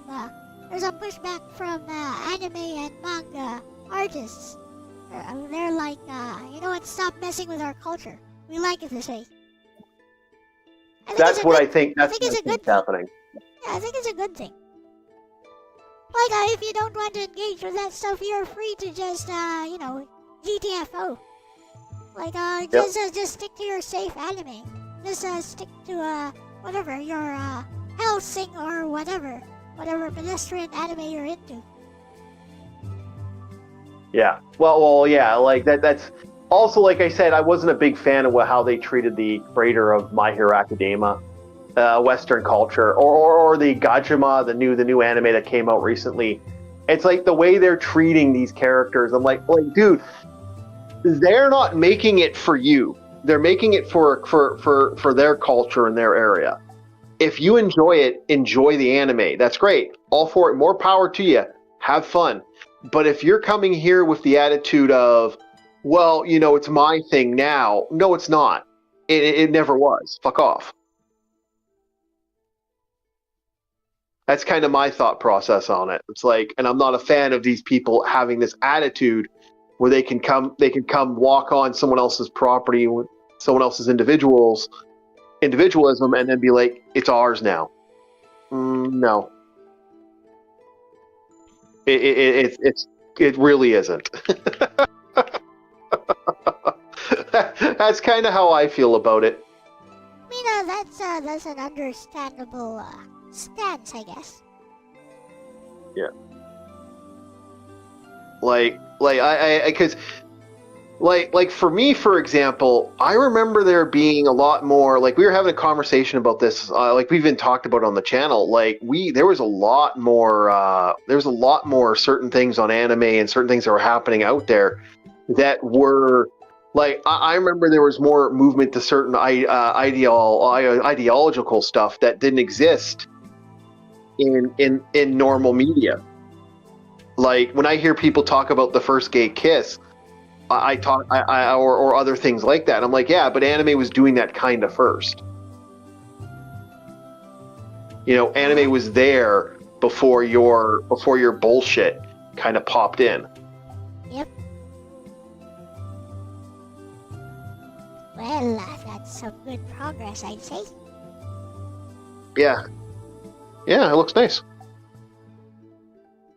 But no, that was where my pisser came from when it came to a lot of this stuff. I really get really butthurt over this attitude that this modern, oh well, this character, you're like, my favorite was the rabbit girl from My Hero Academia. They lost their shit because the creator changed her color in one image shot. He made a thing where she looked a little more whiter. And okay. The response was... Okay, whitewashing. Yeah. Good. Like, such concepts are not very important in Japan, so I don't know what they're getting their panties all up in a bunch over. Yeah, whitewashing the character. She's clearly black. No, she's Japanese. She's always been Japanese. How about you fuck off?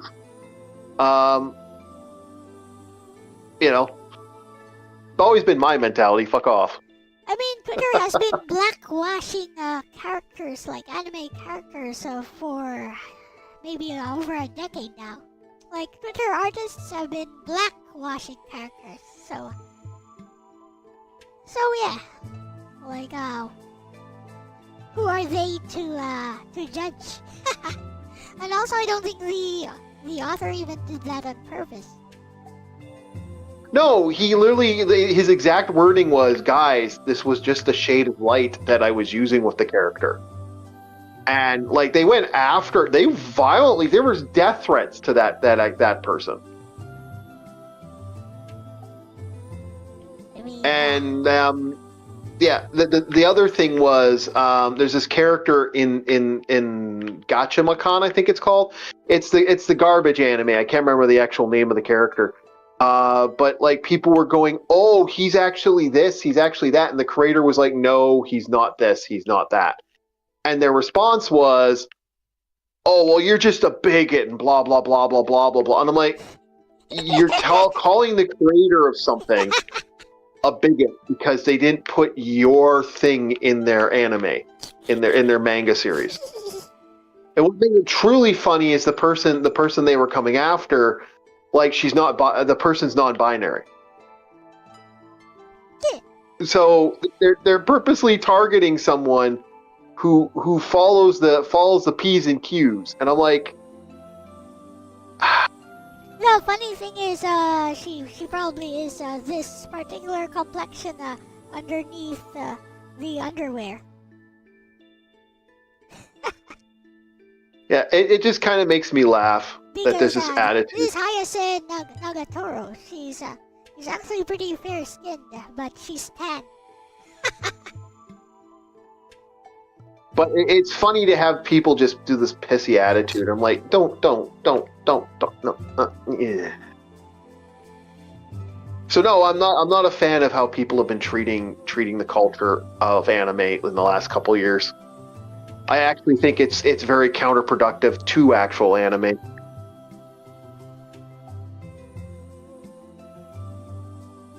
It's it's the same thing with like anime's always had sex in it, so I'm not against anime having sex in it, but I'm not a fan of the attitude of, oh well, you can take the sex out of the anime. It's like, well, the creator can do whatever the fuck they want. It's their fucking content.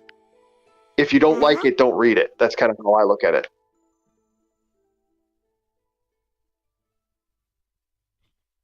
You know who this character is, or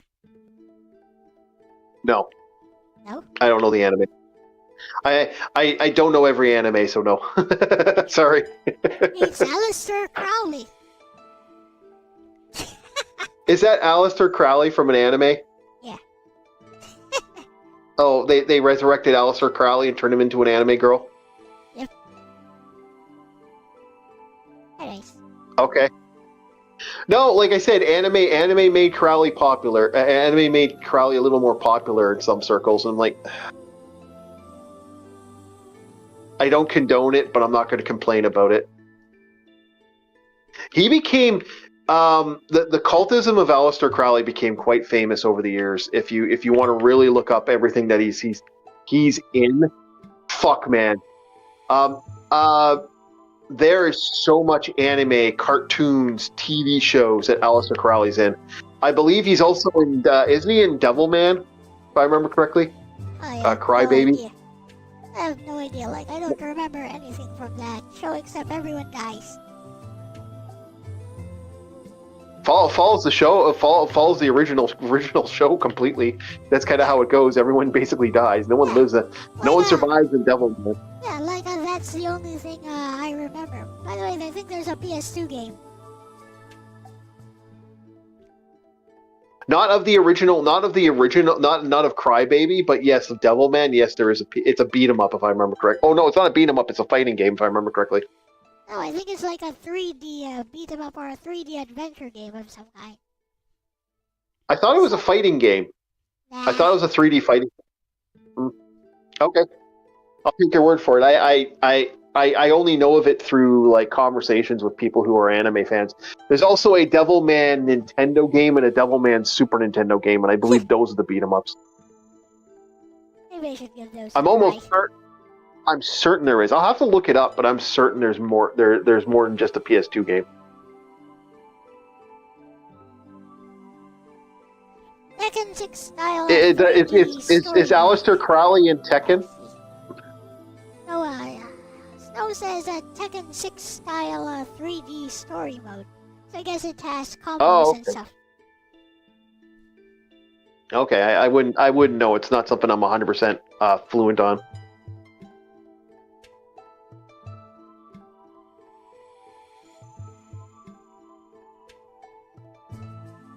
Not a fan of Devilman as much as some people are. I see. I'm not a fan of depressing anime sometimes. Like Basilisk was a good example of that. I bought Basilisk and I was thinking to myself, "Oh, I'm gonna buy this cool. Wow, this is depressing." I have the book, the Koga Ninja Scrolls. Yeah, but that is so depressing, and I'm like, I probably won't read it. You found it depressing? I thought it was really good. I thought it was depressing in the end. Like because basically by finding all dead. What? What the Yeah, hell, but they're all dead, but the clans aren't dead. And by him signing away his clan's name, they basically the way the rules were, the clan that fails gets wiped out. So by him signing his name on there, allowing the other clan to live, he's destroying his own clan. I mean, I think it's a beautiful irony, so... I think that's kind of insulting, actually, because I think it's like, wow, you're gonna murder the rest of your clan folk, and you're gonna let the other clan flourish, even though this clan gets wiped out. It's like, wow, asshole! Like, thanks a lot, Just because you're depressed, you wipe us out, fucking prick. No one was depressed there, though. Yeah, he was. He killed himself because of it. He's depressed. What? He whiny little bitch. What? He whiny, No, he no. whiny little bitch. No, that's not what happened. Okay, tell me what happened. I mean, they all just died, basically.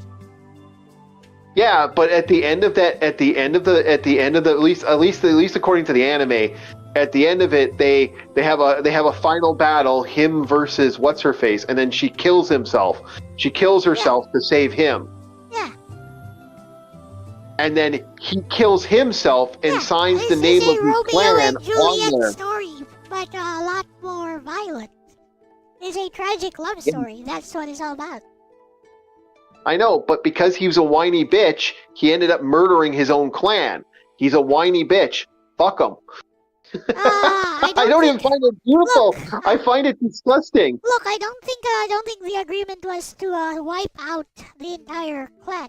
It was more like... It was. Yes, it was. No, If the beginning story, the clan that does not improve, does not succeed in wiping out the other clan, and does not sign their 12 years. There's no wiping out of anyone there.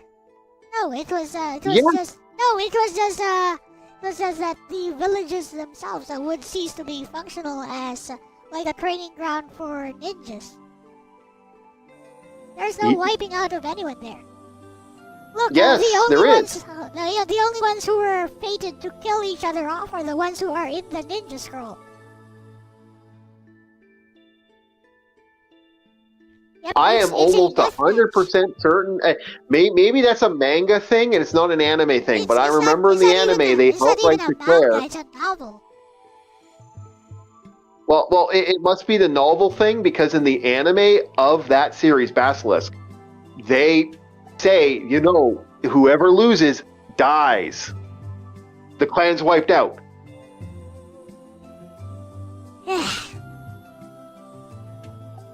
So if the clan's wiped out, then there's nobody left in the clan. Like, so they basically by him being a moody bitch, according to the anime, he kills his clan to save her clan by killing himself. He's a moody bitch. Okay, let me see. Technically. Okay, yes, in the Basilisk anime, the Koga Ninja Scrolls, the agreement established by Tokugawa Ieyasu is that the losing clan is to be wiped out. Okay, I stand corrected. Okay, yeah, I thought so, because I was like, you made me wonder. No, that's what I'm saying. Like, that he is a moody bitch. He wipes out his clan. Fuck him. I don't think that's what happened, though. It was more like, they both died, so there is no agreement. No, there was an agreement. He signed the scroll with his own name and wiped his own name out and killed himself. He wiped his own name and killed himself, and anyways, everyone dies anyway, so there is no actual winner. I know there's no win. No, but that's the thing. They at the end of the anime, their exact words are, so he gave his life to save her clan and doomed his. How pathetic was the response. The answer is that both the Koga and Iga clans are effectively wiped out. Well, no, because there's still members of their clans that exist. Technically, there's still people. Technically, the Koga clan is declared the winner on the scroll, because the last one who was alive to sign it was Genosuke. Yes, but and he signed his name and then is killed purely him. symbolic, as no warriors remain to claim the prize. There you go. Yes, but the problem is it doesn't matter. He still killed himself to save. He killed himself in the end and signed his own name off. Because of that inevitably ends up. No. Technically, the Koga clan is still the winner because he's the last one alive. It's just that no one is there to claim the prize. So, therefore, effectively, both clans are wiped out. Yeah, no, that's not how that worked. But yes. Okay, that's not how it worked in the anime. The anime actually incorporated. No, they effectively fucking they effectively declared that. How does your logic work there? Look, how does your logic work there? Genosuke was the last one alive. So technically, the Koga clan is the winner. I'm just LCX. I'm just telling you what the anime does, and in the anime, the way it ends, because basically the whole thing is they can't have the way the royal family wants it. They can't have two clans because there's going to be a brother. There's going to be a family. There can't be two clans in power. It's too dangerous for two ninja clans to exist. There can't be two ninja clans, and in the end, no ninja clans exist.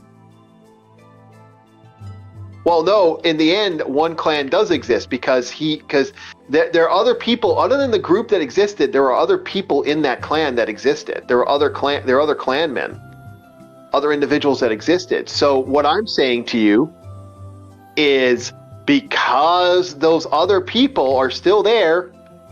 There was an active clan. Oh, sure, they lost their main guns. They still have active, but they still have active ninjas. Look. Those people still exist. Those people still exist. Look, Ieyasu Tokugawa's actual goal was the total eradication of both clans, which is actually what happened. Yeah, he did. In the end, he did. He wiped them out. They're not as strong as they'll ever be. But the fact is, there were still members of that other clan that still existed. Because of that, they effectively killed the other clan. Also, by him there signing is his name on apparently there. a sequel wherein both clans had survivors. Yeah, and again, yes, that doesn't surprise me. I could see them being. But the plan of Tokugawa was actually to wipe out both clans, so it doesn't really matter. He was going to do it no matter what. Oh yeah, he probably, and I wouldn't be surprised if he didn't. But the thing is, what bugged me is it didn't matter. He was a moody bitch, and he killed himself. And by killing himself, he basically doomed his own clanmate. That's a nice interpretation, Orc, but that's not what the anime nor the novel was hinting at. I don't know. I disagree. I see it. I don't see that as a beautiful sound. I don't. I mean, you can disagree all you like, but that's exactly what the story was building up towards. It was meant to be a tragic love story. Yeah, it's a pathetic love story. Okay, I mean, that's your personal opinion. You're entitled to that. You're entitled to call it pathetic. But that's exactly what the story was building up towards. Yep, unfortunately. I'm sorry. I have a hate boner for. I don't get me started on Romeo and Juliet. That is one of the most worst fucking things. As far as I'm concerned, that is awful. I mean, I don't really care about Romeo and Juliet myself, but as for the Koga Ninja Scrolls, that's exactly how it was planned to be written, and that's how it works. Yeah, I don't know. I don't agree with his power, what he did, and I think it's insulting. You don't like how it was written. You don't like how it was written. That's all. No, yeah, exactly. But again, just because I don't like how it was written doesn't mean I'm like, you notice I'm not like, oh, you know, I have a hate boner for the artist. Oh no, I think he, you know, that's his decision. I don't agree with it, but that's his decision. There's a difference. I'm not demanding that he gives up his you know, you can't have that. You're a horrible person because you did that. No, he did what he liked, and that was whatever that male or female that creator was. They did what they liked, and I'm fine with that. But for me, I'm not a fan of what happened because of how what's his face gave up his life for you know, murdered his clan because he had a hard on for an unattractive woman as far as I'm concerned. What's going on here? Weird. No set. Oh, there you go. Yeah, that's my own personal opinion. I think he gave up his he sentenced his clan to death for the purpose of a boner. for the purpose of bonerising. I mean, you're entitled to that interpretation, but that's totally not what the story itself was building up towards. Yeah, but okay, you're taking. Okay, can I? Okay, let's look at it from a story perspective. Okay, let's look at it from a purely story. Let's not look at the modern story, the modern all the afterthoughts. Let's look at it from the pure story. Okay. To his knowledge, by him signing this off, because they well know that whoever thing the clan's You're dead. not looking Your at clan this is from a story perspective. Then you're looking at this from a realism perspective. Because no, I'm not. I'm looking at it from incorporate how the plot actually builds up towards that moment. But I'm looking at it from that story. From that story, as it's determined, he knows damn you're well. looking at it from a realistic perspective, like incorporating the lore, like you would in Dungeons and Dragons. That's actually not incorporating how the plot itself, the story, the backbone. The backbone of the story is in the plot. That's actually not incorporating how the plot itself built up towards that moment, and really wasn't placing much importance on all the ninja clans are wiped out. That's like the ninja clans were the ninja clans weren't 100% wiped out, but he effectively killed his own family. I mean, yes. He took the people of his own village. Yes. Yes, and that's and destroyed them. I mean, yes, that's what happened in the actual story itself. So, yeah, that's true. But that's not what was going on. At that point, by her killing herself, she effectively saved him. Yep. So, he sacrificed himself for nothing. See, here's the thing. Here's the thing which you missed about the story itself. Like, for decades, the ninjas of both Koga and Iga, from years of inbreeding, from decades of inbreeding, have become deformed. Their powers are actually physical deformities, so they live very miserable lives. So basically, he's saying it's time to end this conflict, because as long as both clans exist, or as long as one of the clans exists, they will continue to give birth to more inbred ninjas with weird powers due to their physical deformities. He's saying, you know what, it's time to end everything, end all the suffering. That's what the story itself was moving towards. And it is actually mentioned in both the anime and the novel. Okay, no, that's not it.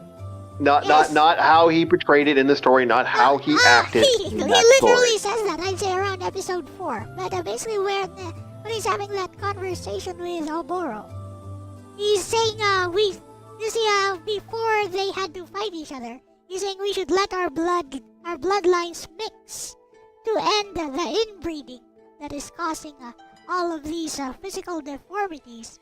So yes, let the blood of Koga and Iga mix with each other, so that the inbreeding will stop and they can give birth to normal children. Yeah, that actually is in the story. Yes. But that again, by him destroying his own clan and killing everybody. What?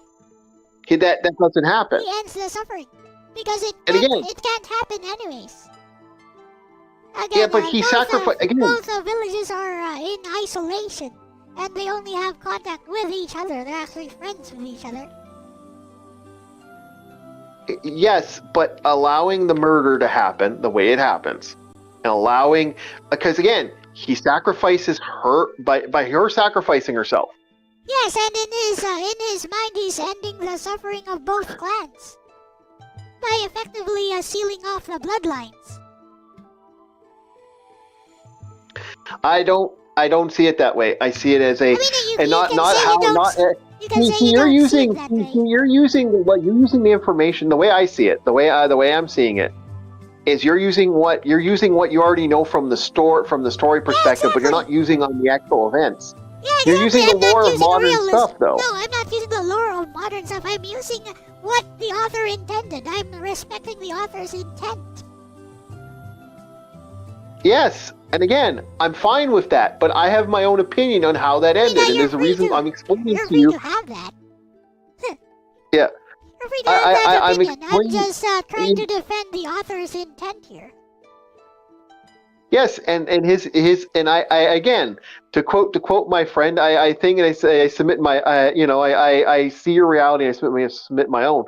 The way I look at it, this is how I'm perceiving it. I'm not perceiving it against the again. This is the way I look at it. The reason I don't like it. This is how I perceive it. And I'm not coming at it from the perspective of like a hater on the matter. I'm coming at it from the perspective of someone who didn't like the way this story was portrayed, in my personal opinion, and how I didn't like how he did that from a purely story perspective. I'm not coming at it from the perspective of what the writer was intending. I was coming at it from what it came out to me as a person. Okay, I get what you're trying to say. I'm not going to be pedantic about this anymore. But the way you word things, it just gives me lots of logic holes to poke through. Hey, probably. Yeah. I get what you're trying to say. I'm not going to give you a hard time. I understand what you're saying. You don't like how it was written because if we apply like a real world perspective, effectively what he did was that he doomed his own clan. Yeah, I get what you're saying. Yeah. I've always gotten what you're saying. I just wanted to give you a bit of a hard time. Okay, I see. No, the other way I look at, you know what? This is the thing about samurai stories. I'm not a big fan of samurai stories because they're always depressing. I like the more, because you refuse to engage in the romantic side of the story. There's only been three samurai stories I liked. I can't remember the name of the movie, but it was a good samurai movie. It's about the guy is a samurai of like this powerful lord, but the lord fell in bad favor because of the loss of something. So he basically became a wandering ronin, and because the guy got sick and his wife died. He ends up taking care of the samurai lord's daughter and his own son.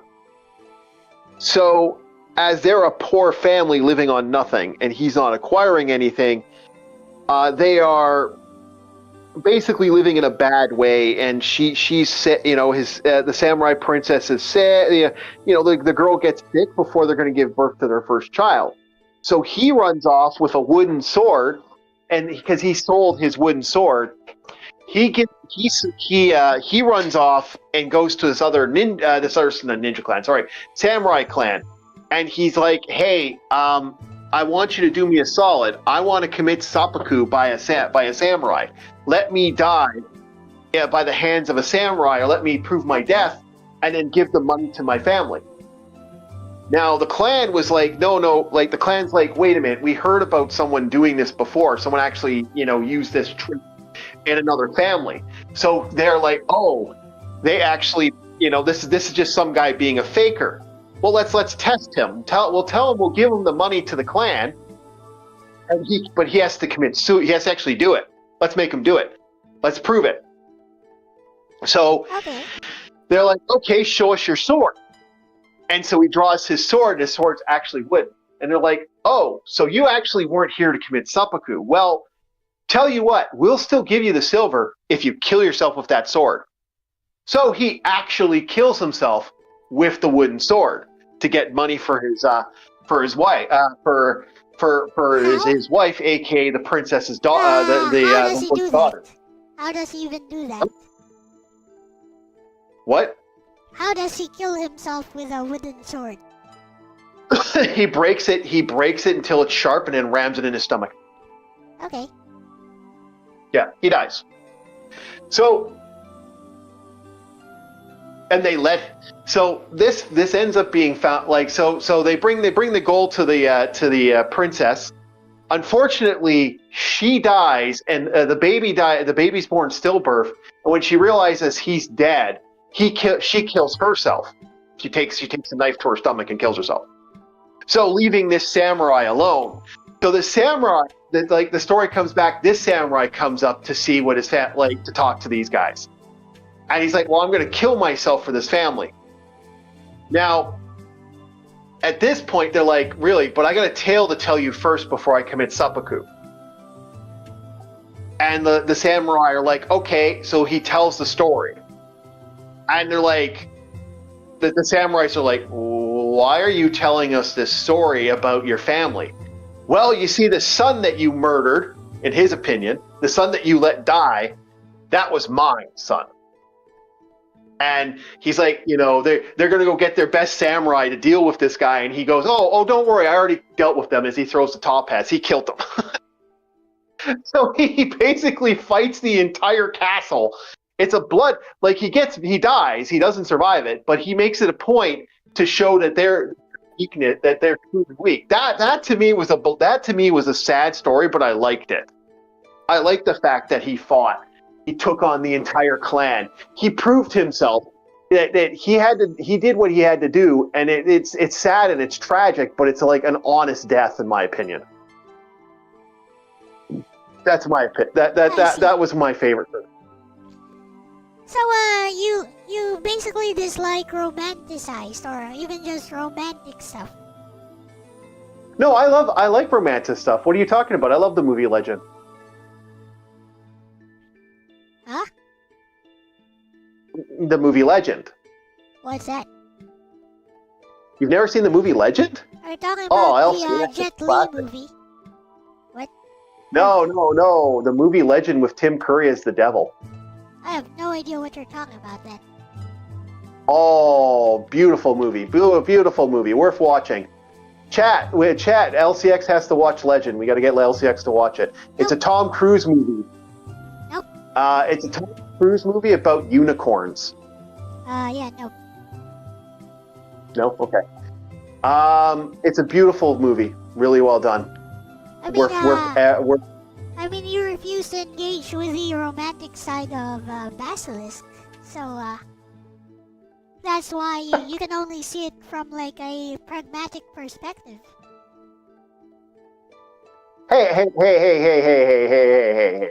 Don't do that. It's true though. It's not true. I don't like it from that perspective. Like I said, I love the movie Legend. So no, I do love romance. You refuse to engage with a story from a romantic perspective.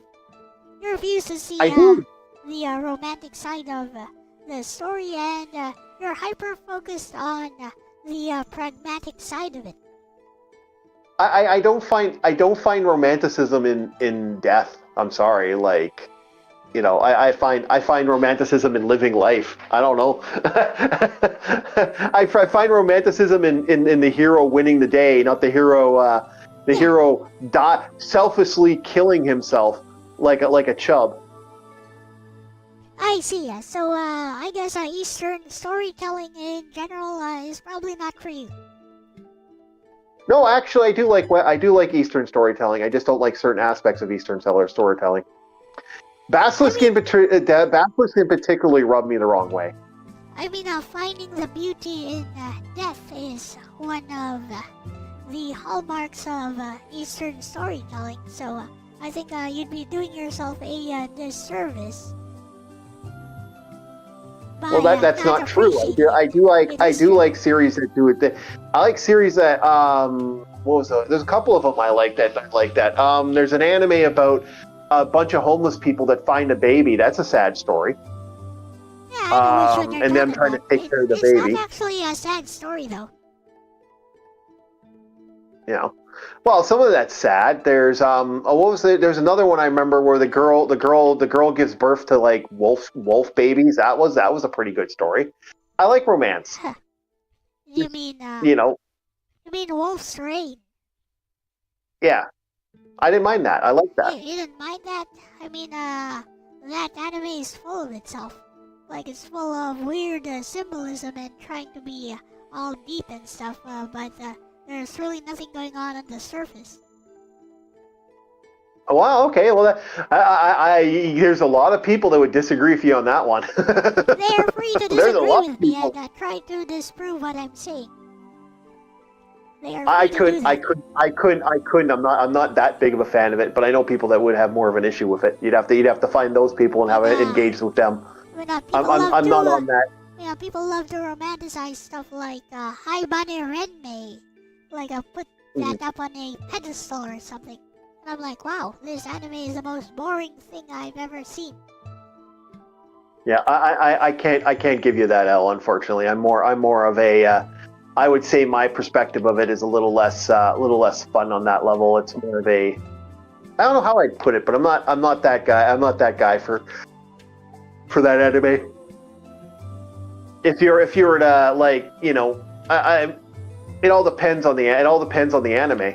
There's not that I'm not a big fan of romance in general. I'm more of like a Robert E. Howard, Conan. No, I'm not talking about romantic love.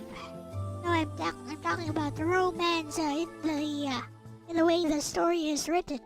For example, yeah. For example, like in 300, The Last Stand.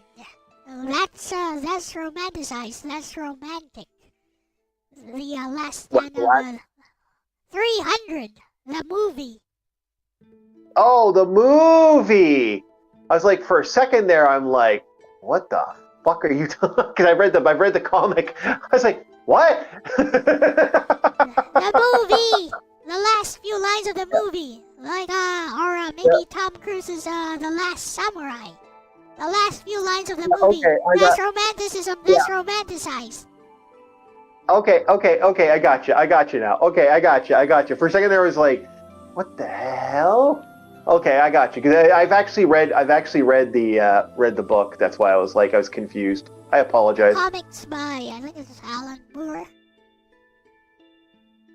Yeah. Well, my feeling towards another good example, like to me, when it comes to tragedy romanticism, have you ever read the Wings of the Night by the Robert E. Howard Solomon Kane book? No.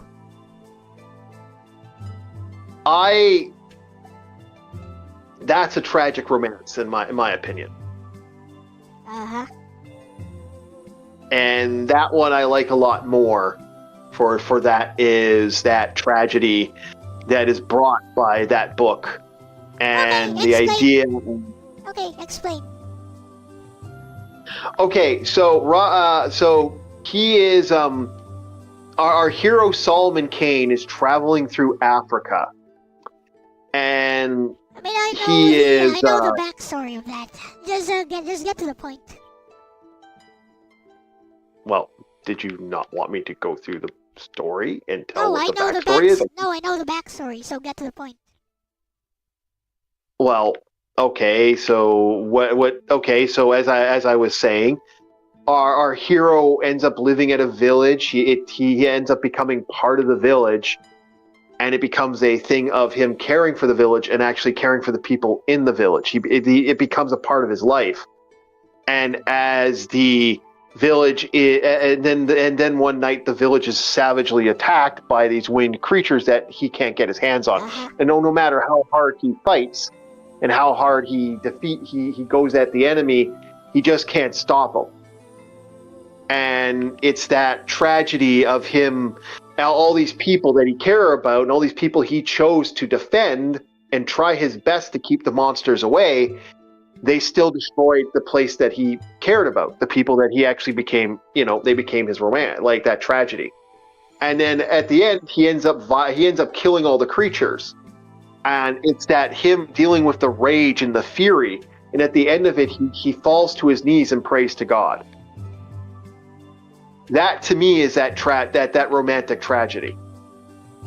And that to me is that beauty of the fact that he, White savior complex. What? White savior complex.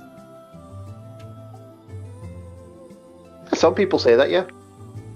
Yeah, that's exactly what the book or whatever, the short story is all about. I've actually read that. Oh, you have? Okay. But I did like the idea of it. I like the idea of the tragedy of that.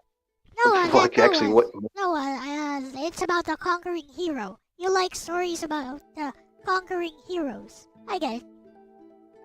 Yeah, Matter of taste. well.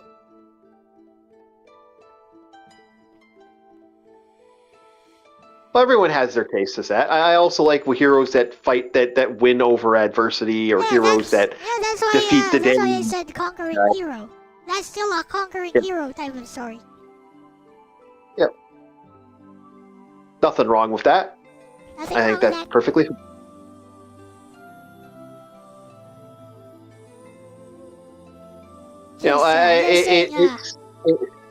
Just saying other types of stories exist and they too can be beautiful.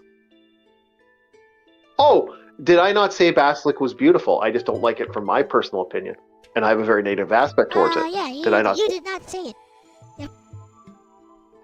Okay, well then, yeah, I still think it's a beautiful story. I just don't like it. Okay.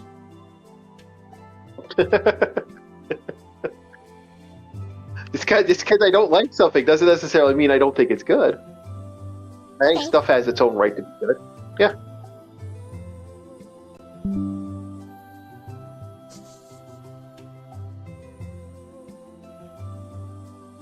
There we go. All right. So no, I'm always been a fan of certain things. Just not everything am I a fan of. I mean, you have a right to like the stuff you like and the stuff you don't like. Yeah, I think everyone does. I believe geekdom has that right. That's how I look at it. Yep.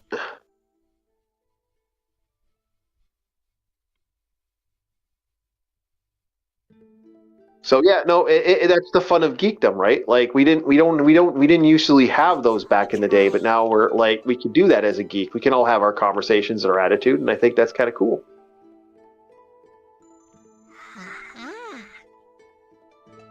Yeah. Now we load the project here. So no, that's my logic on that. But I'm actually kind of surprised you've read that book, because most people haven't read Robert E. Howard's work. Yeah. It surprises me, especially Solomon Kane. Solomon Kane is usually people have a hate boner to that guy's operation. I mean, I'll give everything a try once. Yeah. We're actually going to be reading we're actually doing the book. We're going to be doing Conan in the Elephant Temple. Will be the next book we're doing.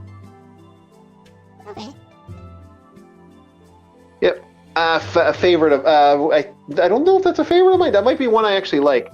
No, I think that the City of Zan was one I actually liked. I never did actually finish that off. The players never did get to that point. Oh no! Wait, I did finish the City of Zan when I got the players to play. I turned it into a Mars campaign. They traveled to another planet. That's pretty good. Now I remember.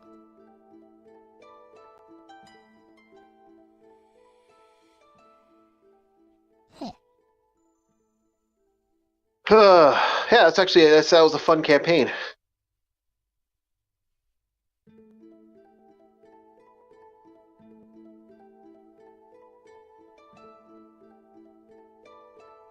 So you plan on doing any more D&D with Lexus before? Nope. No. Nope. No. Okay. I figure I'd ask. How did that all go? I watched it, but what was your thoughts when it was all said and done? Like what'd you think of it? Well, I think it worked because it was collaborative storytelling, and basically, Alexis led me to what I should be doing most of the time. Okay. So so I'm actually kind of surprised you like that. I figured it'd be a little more negative towards the matter, but okay, cool. Because you kind of had a negative stance towards actual Dungeons and playing with people, so it was like because I hate people. The idea. Yeah, it's because I hate people. Yeah, that makes sense. That tracks. You've said that on more than one occasion. Alrighty, well, thank you so much for having me on for it with you for this. I'm gonna take off and get the rest of my day going here. I had a lot of free time today, so it's like, I got come say hi. See you around, Dark. This Have a visual good one. novel engine I made. Ha!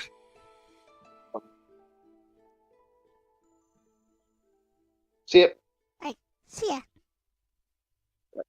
Thank you for today. Bye bye. Remember to subscribe to Orc and stuff. Right. Check out this visual novel engine I have, guys. It was vibe coded together with Gemini yesterday. We're gonna have Bestie take a look at this and refine it more, add some more features in. But basically, it already works. It exports to HTML. Then you get something like this. So planned features are make the text not appear all at once. Maybe add some designs to the window, like some different designs to the window.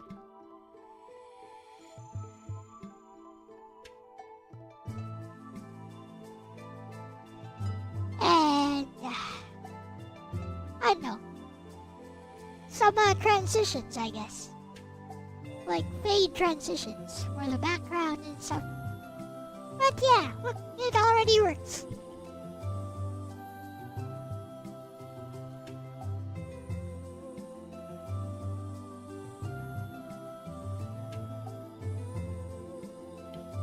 CIB.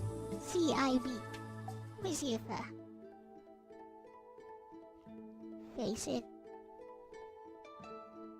Fade in. Yep. Some fade transition, or maybe some other transitions. Box, blinds, whatever. You know, anything you can do with HTML5. I mean, you can do a lot of things with HTML5. And basically it exports to an HTML, which we can see here if you view source. And this is what it looks like inside. So we got the script here. And this is generated by the VN Maker. Hello, crack dealer.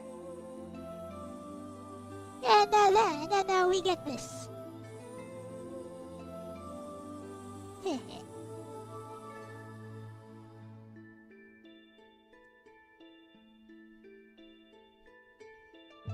Yeah, you can save progress. You can load progress, etc. Does it work? Let's find out. Yes, it does. Ta-da!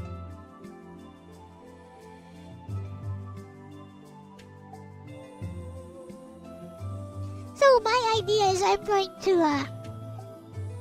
to work on this tomorrow. I'm gonna work on refining the engine, and then maybe put this short story involving no beta here.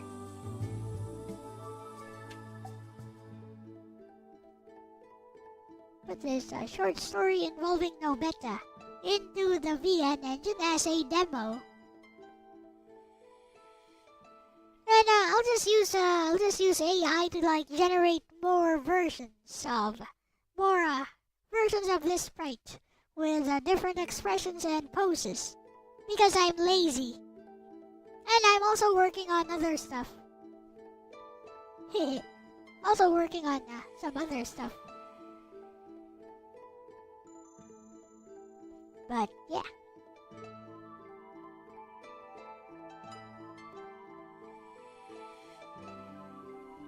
Yep, exactly. And you can already edit the story here. Like, for example, clear all these frames here. Here, if we clear all the frames here, you can still load your HTML.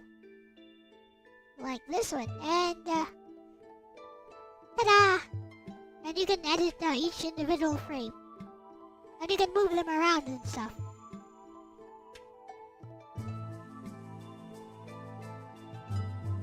So yeah, it's already functional as a VN engine, as a visual novel engine. It's already functional. And yeah, you just place all your assets somewhere, and you can call them. You can call them in each frame, like which background you want, which character art you want, and you can reposition the character. Center, left, or right. The idea is to maybe add a few more features tomorrow. And then we should be done. Haha. I mean, not really. I plan to add more features to this visual novel maker, but it already works as is. And yeah, you can even add music, which strangely is missing in this version. So where is the... Wait. Let's check.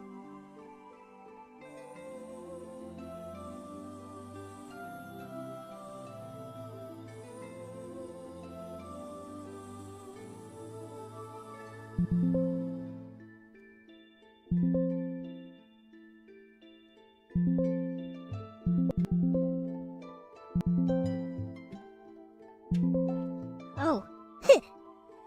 Actually, looks like the last update actually removed the ability to add music. Oh well, we could bake that in.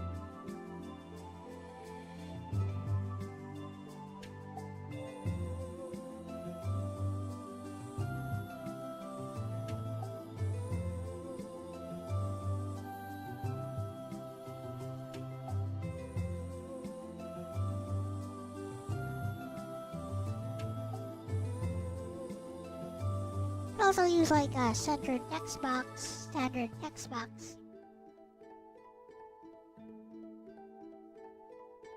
Yep. Anyways, time to get... I'll do this tomorrow. Yeah, you see, Nobeta is having a conversation with our protagonist here.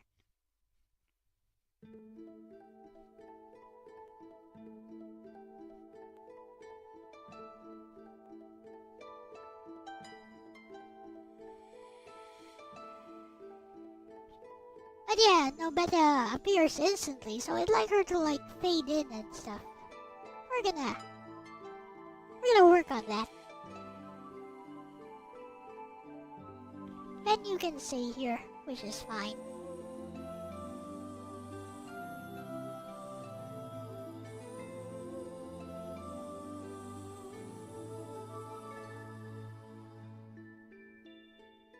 For now, though.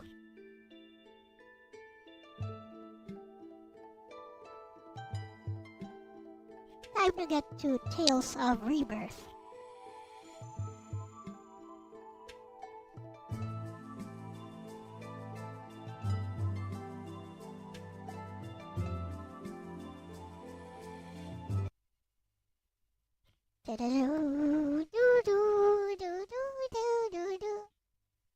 Or was I in Tales of Rebirth last time anyway? Oh yeah, I just got the power of...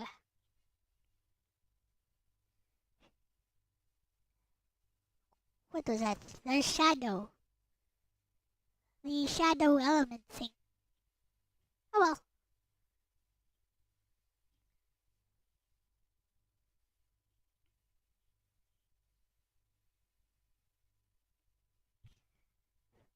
Did I save this Photoshop file? I'd better save it before something horrible happens.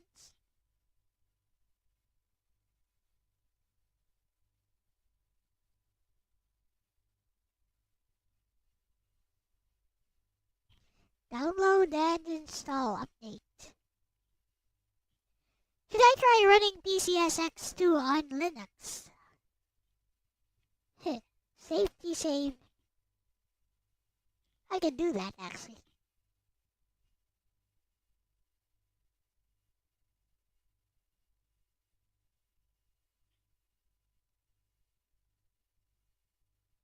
I think I may be able to get at least one game running at full speed, and that's Capcom vs. SNK2.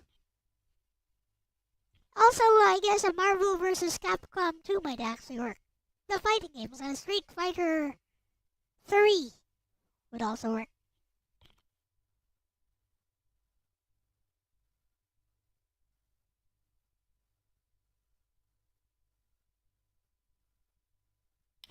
PS2, not PS3. As for the GPU, it's an iGPU. It actually borrows from...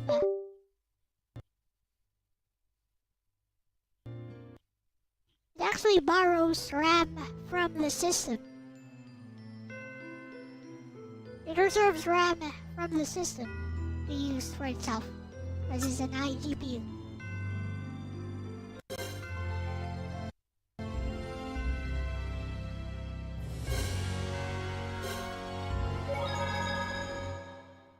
Alright, let's see if Claire comes clean eventually.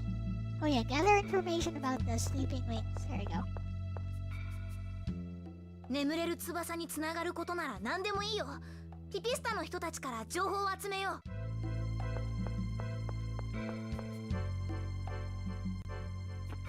ピピスタ。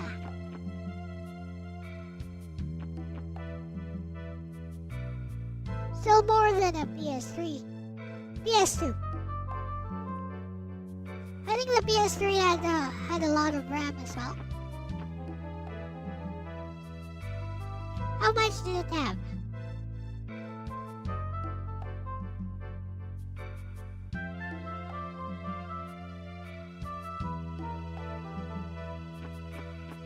My god, there is no way. 64 megabytes? You sure? Really? I thought 64 megabytes was... Oh no, it had a 64 kilobytes. I think. No, 64 megabytes. No, it had like a 2 megabyte... 2 megabyte memory card.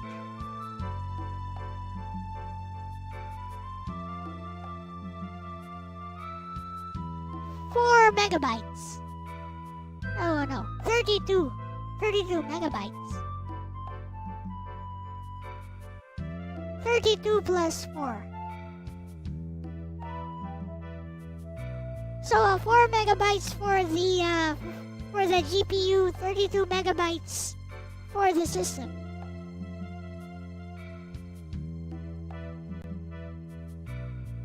Oh, 8 megabytes. There you go.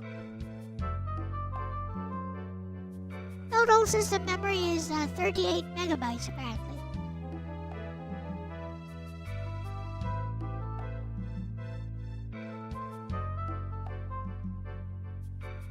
I think the PS1 had like 4 megabytes of RAM.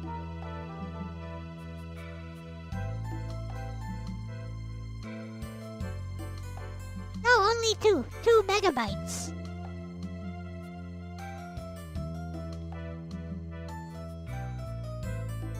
Two megabytes for the PS1 with 1 megabyte of VRAM. It also had 512 kilobyte sound RAM.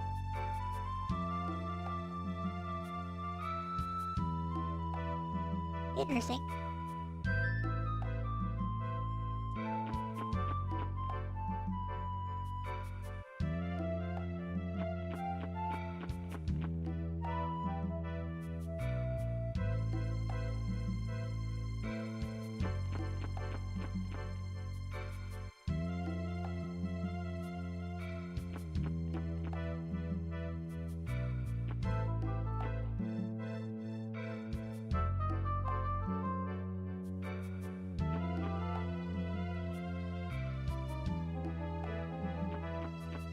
He's a phoenix.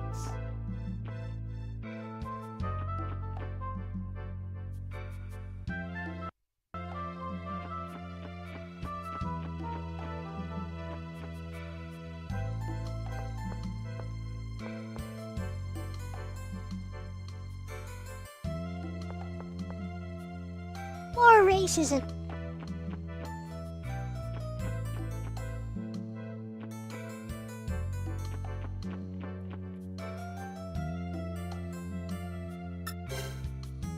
And so, what have we learned here in this dying world?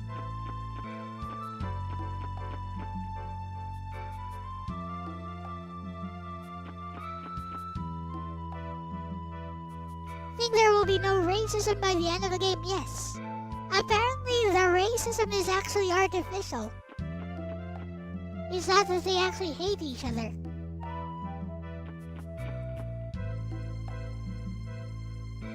Is being dictated by some higher power that influences how they think.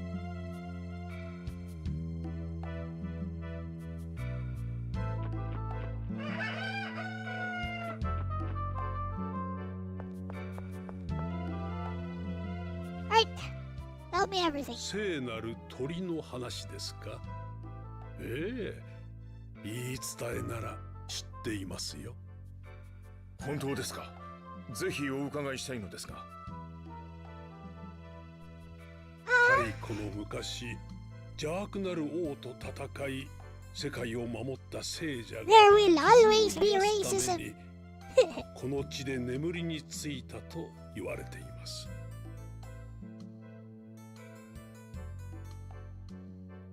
我が部族はいつかその聖者がよみがえる日のためにあの聖壇を守り続けているのです。それが聖なる鳥なのですか。聖壇に命の玉の赤く燃ゆるとき、命の玉というのは。さあ、私にもそこまでは。そうですか。そこまで。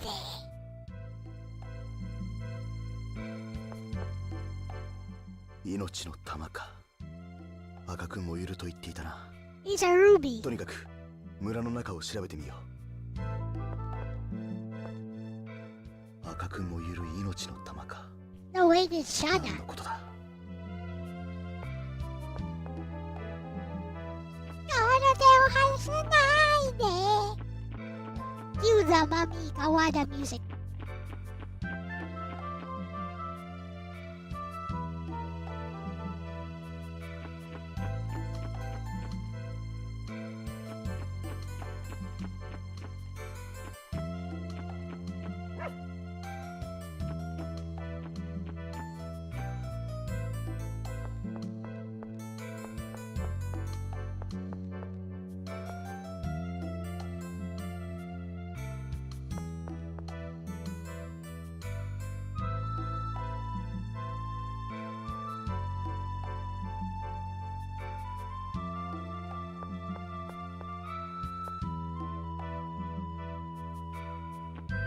A crimson haze. 私はフレームヘイズ。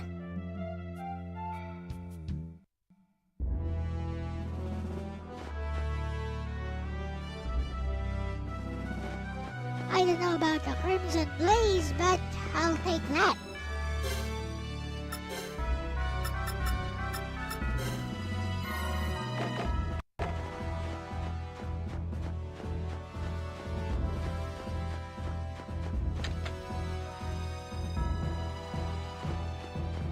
Lemon chan. どうしよ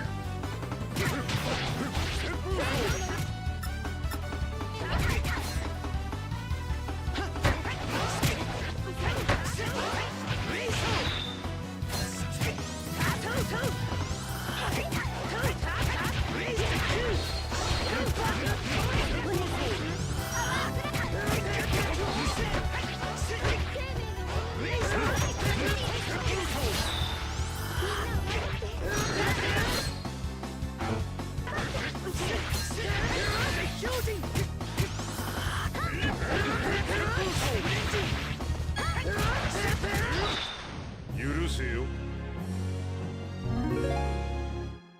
Hamburger.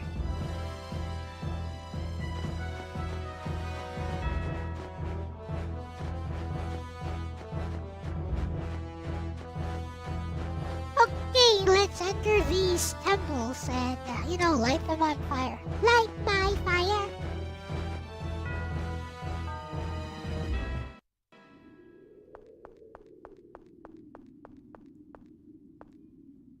赤く燃ゆる命の玉か。何のことだ。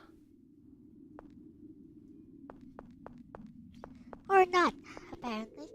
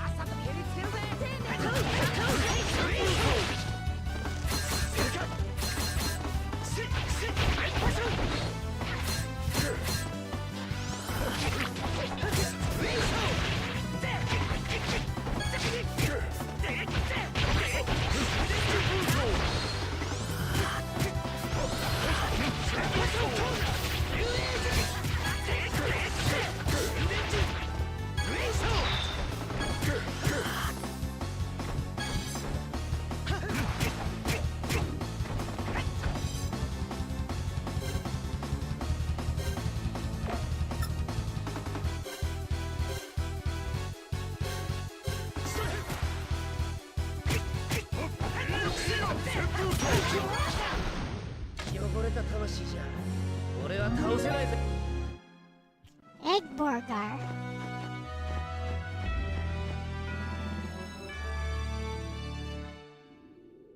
Guess not.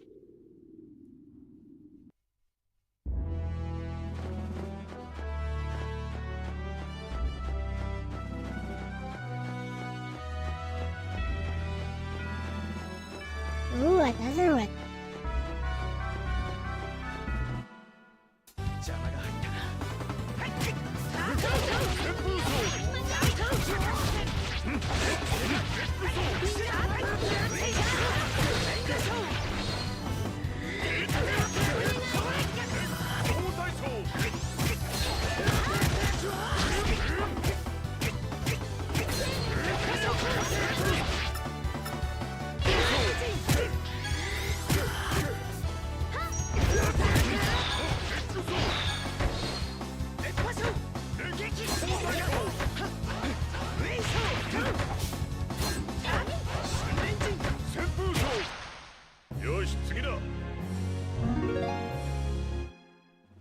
Maybe I shouldn't rush into battle so much.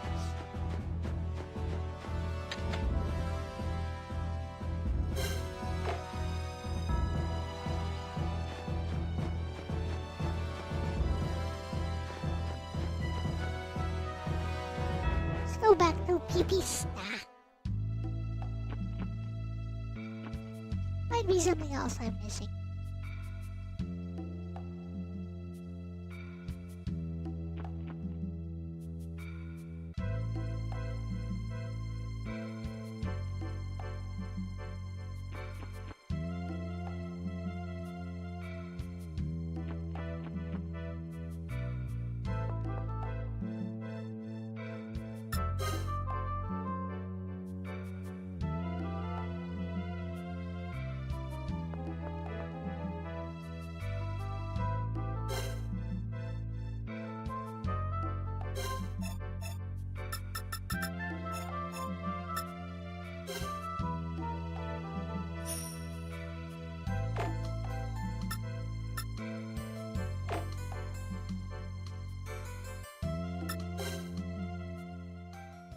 命の玉？なんだそれは。聖壇への捧げ物らしいんだが、見当もつかずに困っている。捧げ物ね。捧げ物って言えば、まあ貴重って言うならこの辺りは岩だらけで暑いからな。貴重な食料か。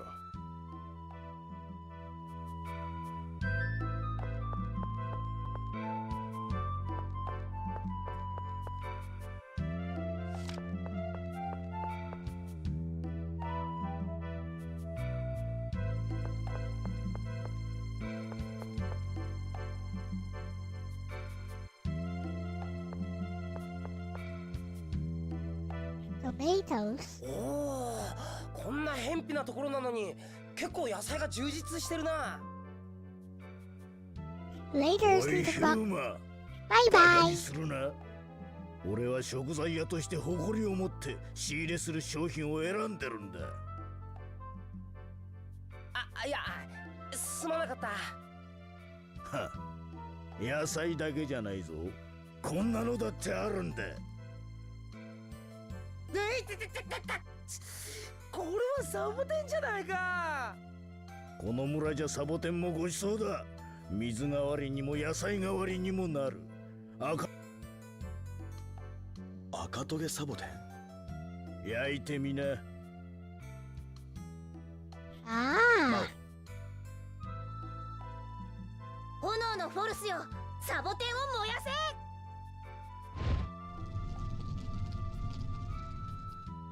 なんじゃこりゃ。簡単に引っかかりやがってばっかじゃねえのか。サボテンが赤くな。すす燃やすと赤いすすが出るのか。おい、おっさんなんだよ。ほらよ。いや、なんだよ。せっかくだからもらっとこうよ。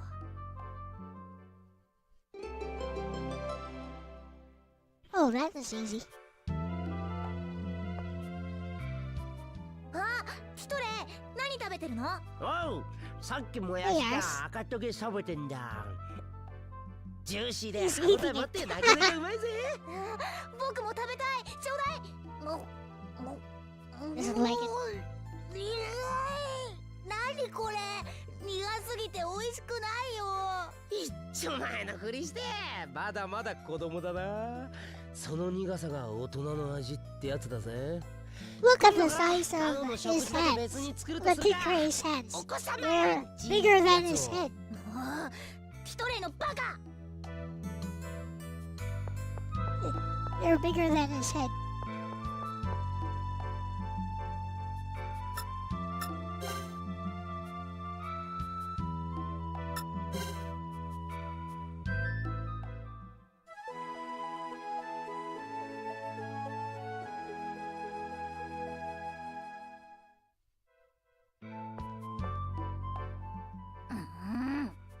いい加減機嫌直せよな、魔王。夢だろ。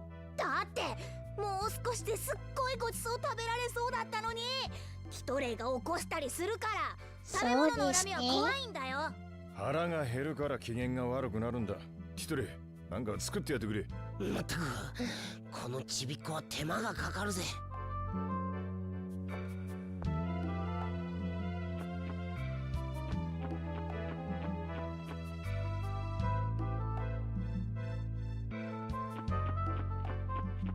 Oh, this should be simple.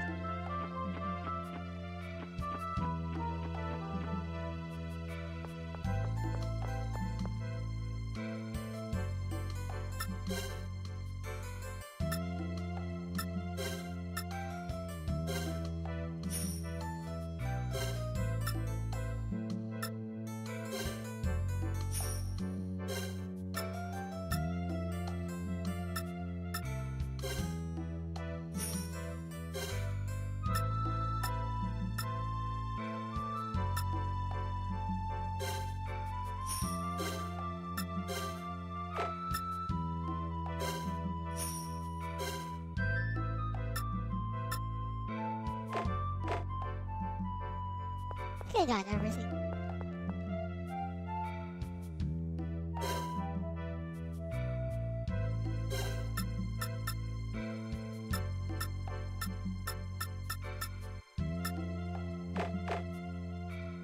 Yeah, we good. No need to upgrade everyone's equipment.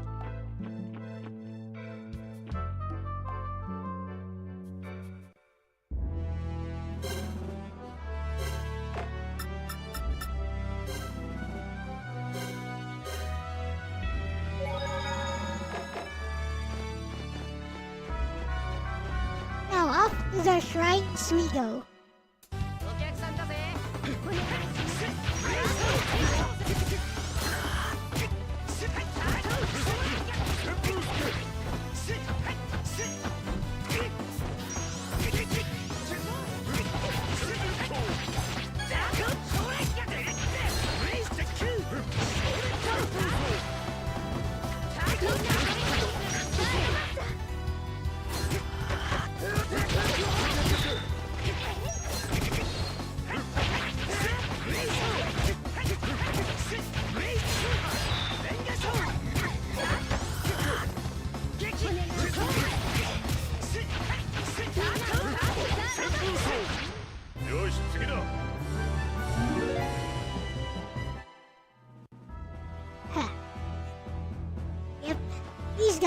flicker jab.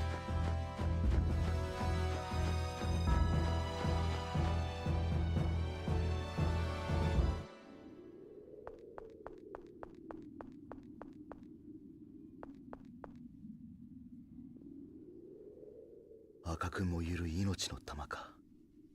何のことだ。 It's a flippin' cactus. Apparently, I'm not supposed to do that.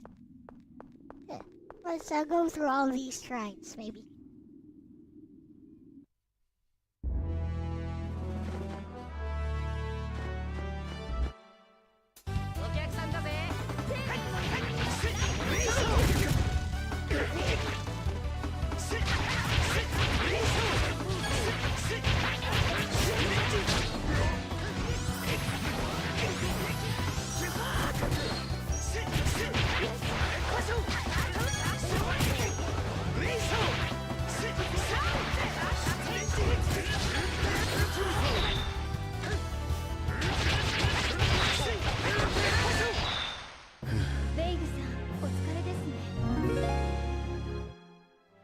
Kangaroo's boxing is fun to watch.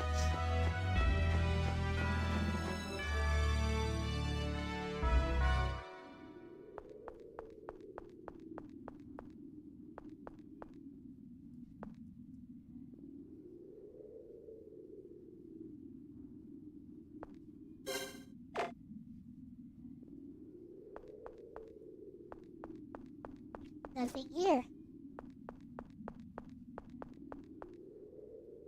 Guess I need to go back to town.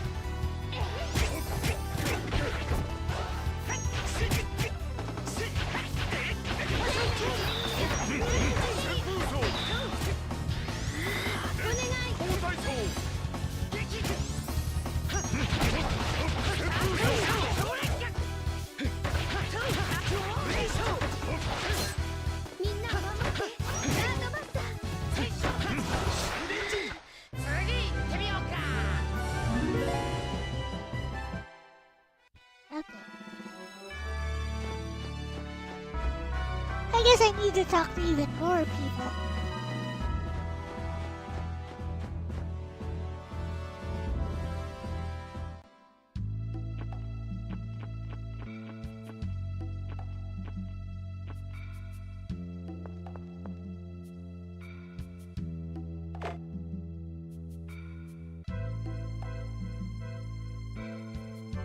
This one is racist and has social anxiety.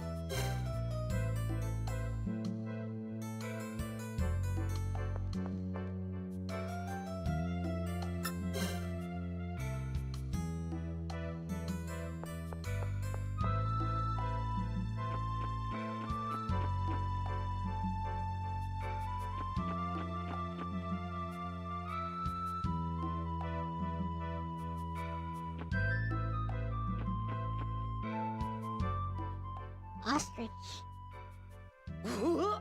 このダチョウ卵を産んでるぜ。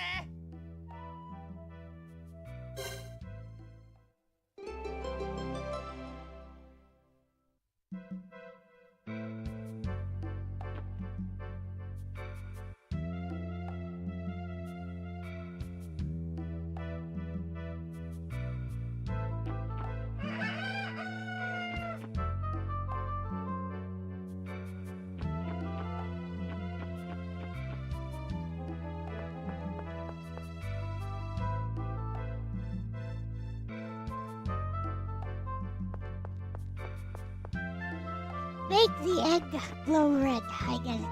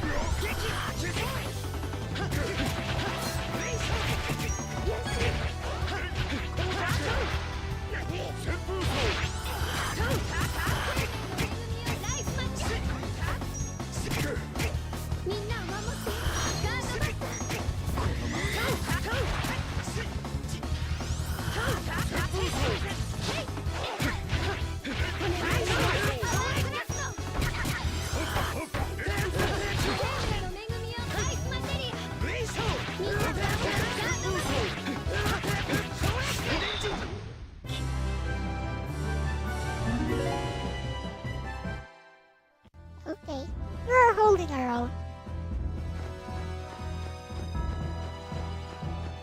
Kinda.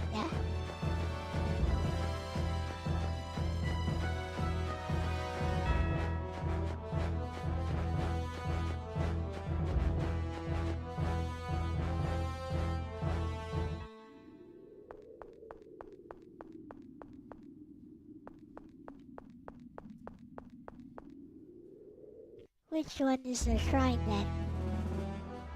赤く燃ゆる命の玉か。何のことだ。準備はいいな。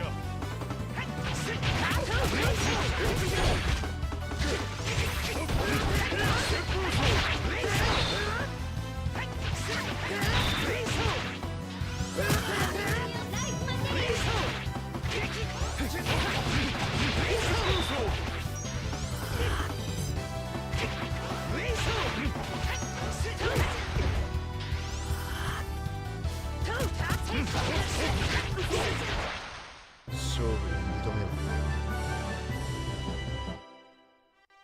Let's go.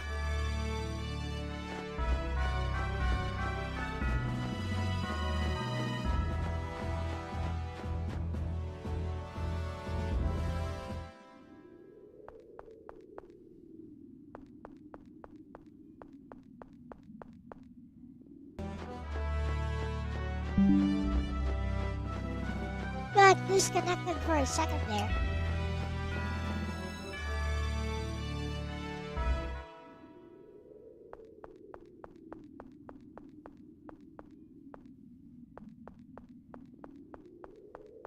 But I'm like, where is the actual shrine?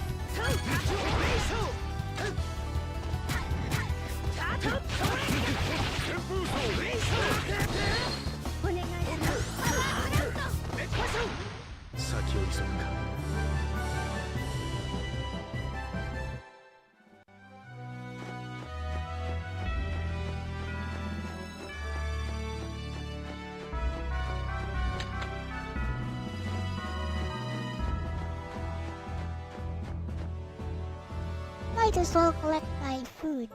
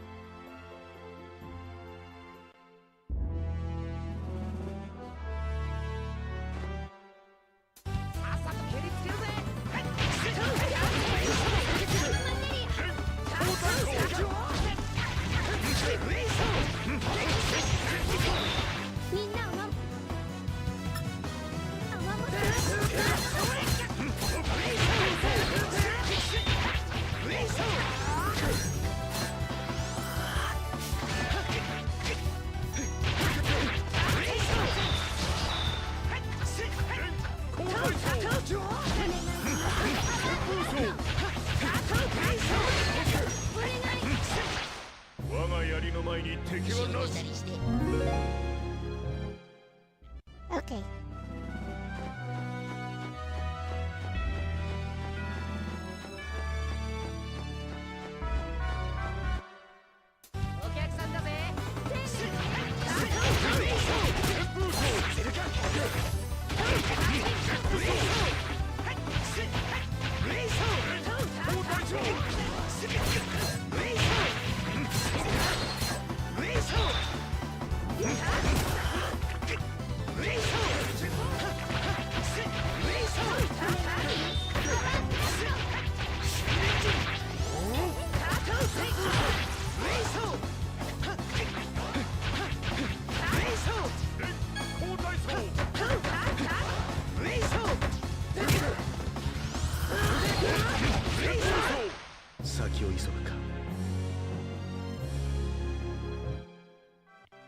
Okay.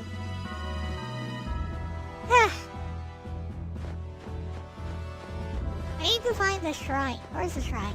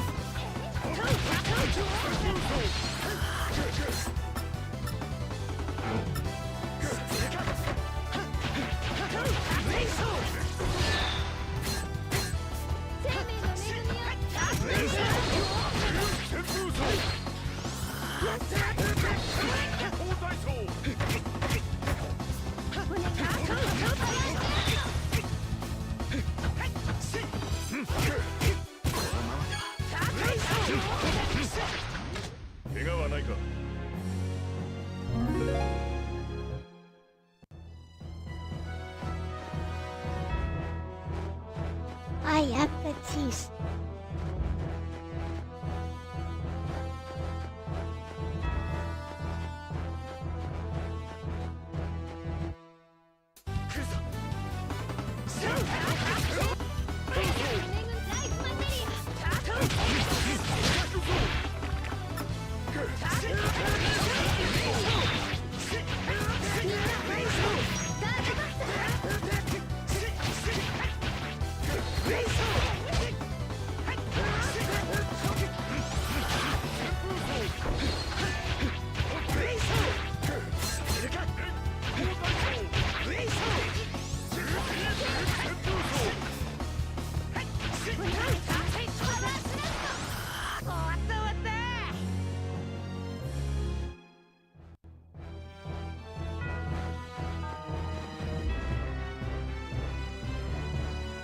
Maybe there's something else I'm missing.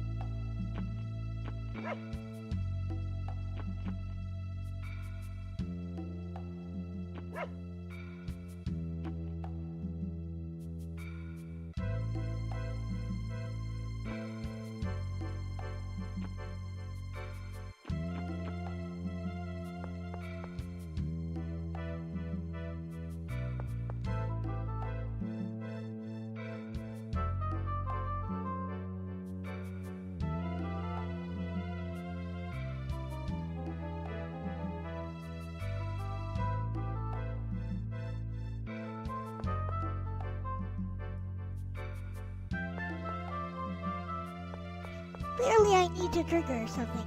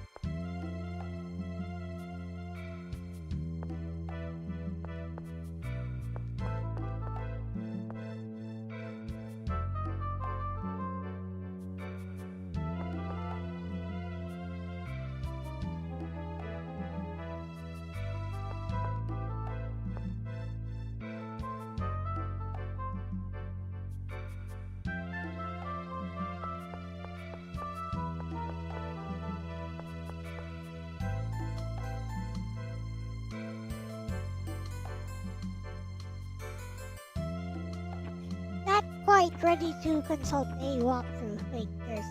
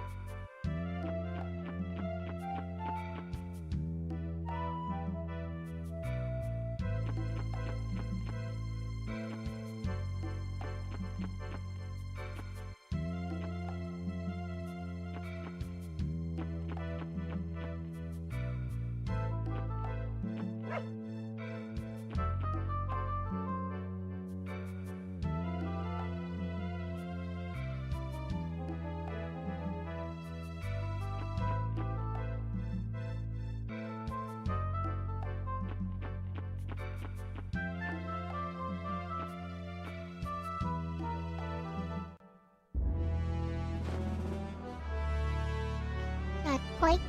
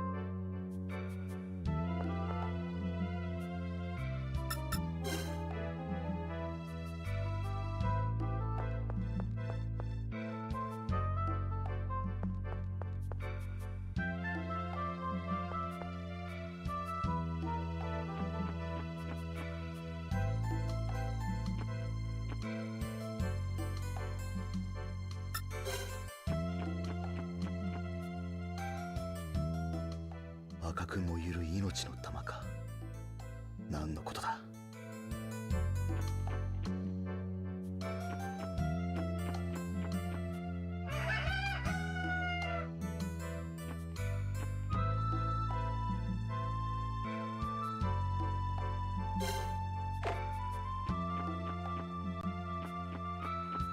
Okay.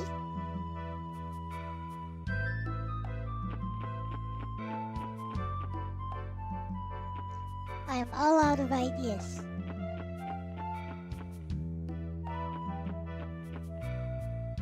I just need to go somewhere.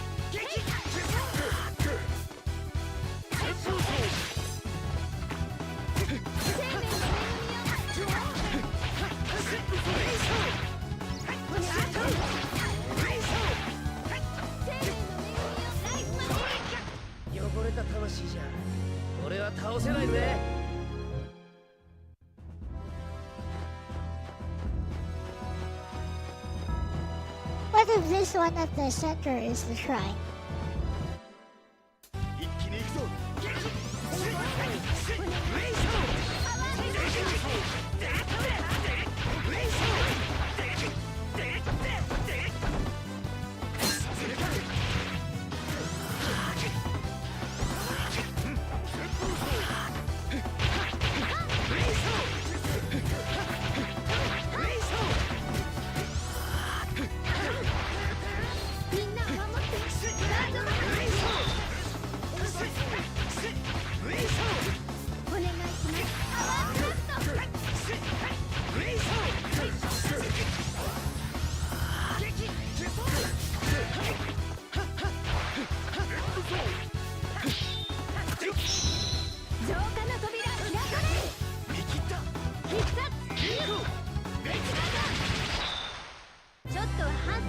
そう反省しろ。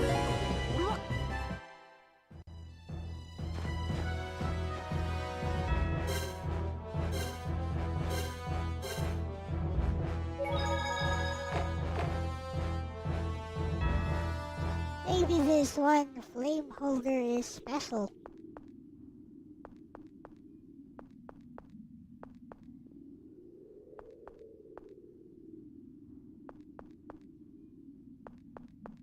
Or most likely it's not.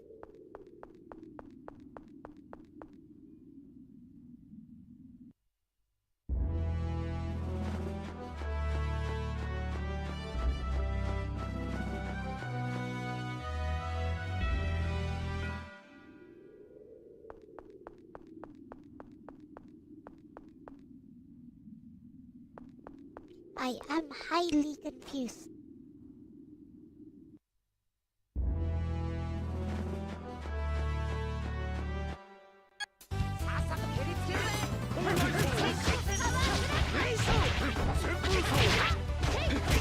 Hey, Droga! It's going okay.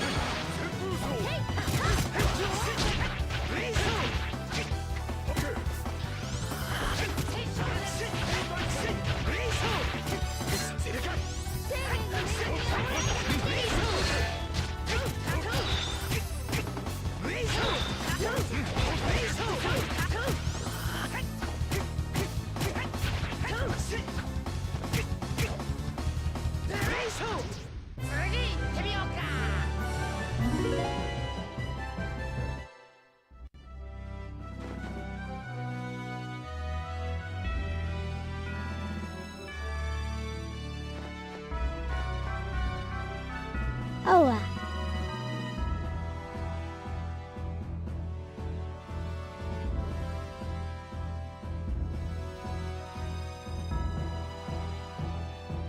I made my own visual novel engine.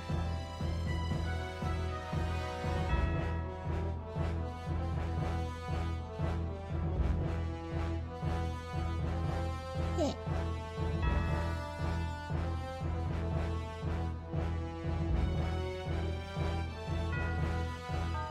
Heh.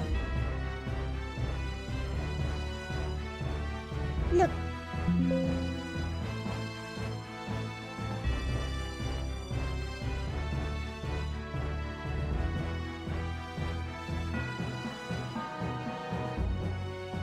It kind of works already.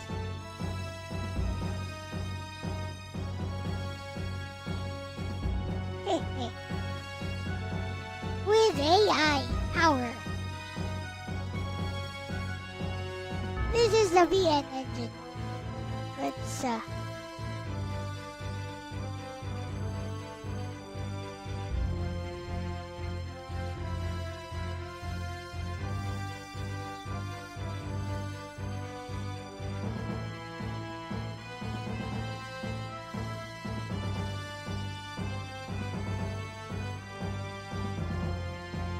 here it is.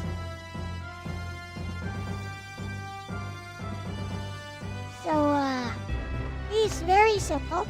You just define what's going to happen here.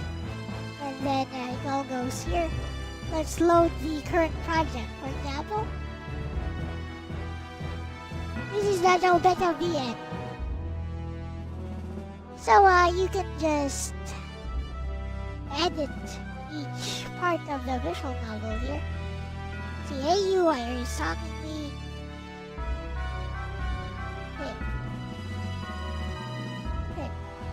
Powered by AI, so you can express your eye.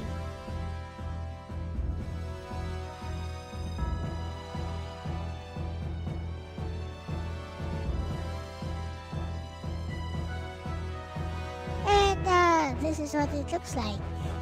Not bad, eh?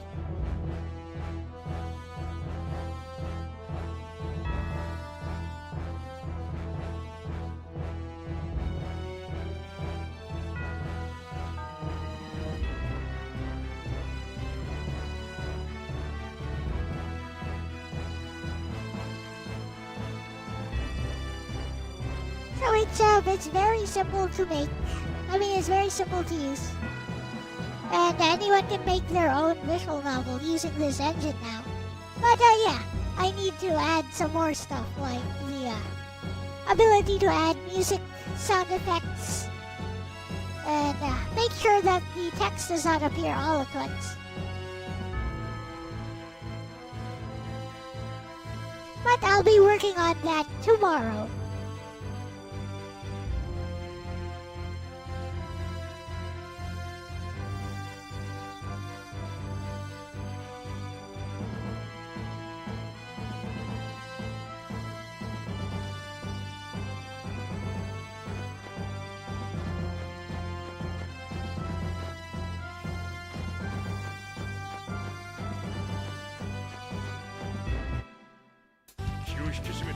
Dragon.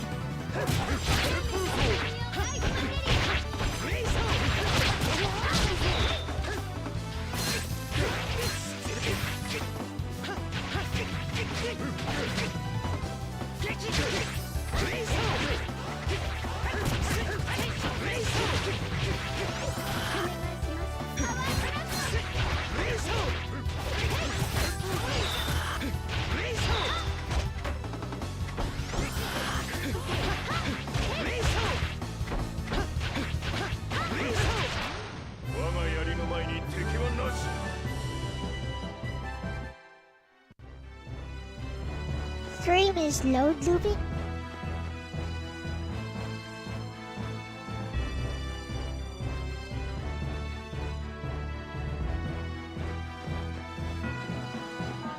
Let me guess, the shrine is all the way over here. I don't think I've been here yet.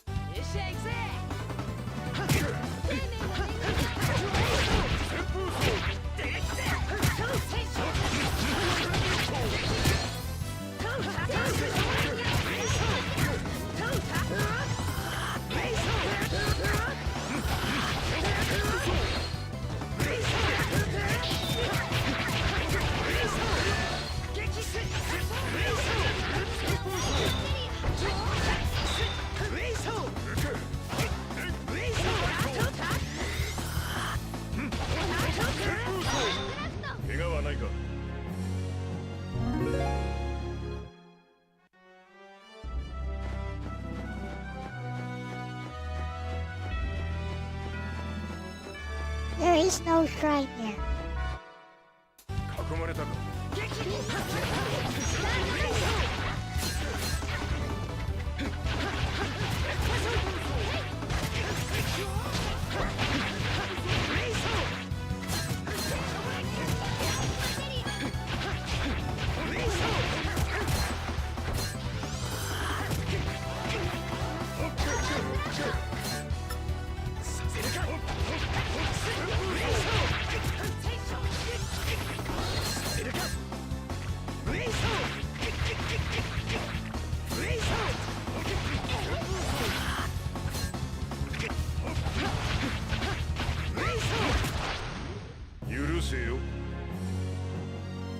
Looking for usable cleaning kits for your white sneakers.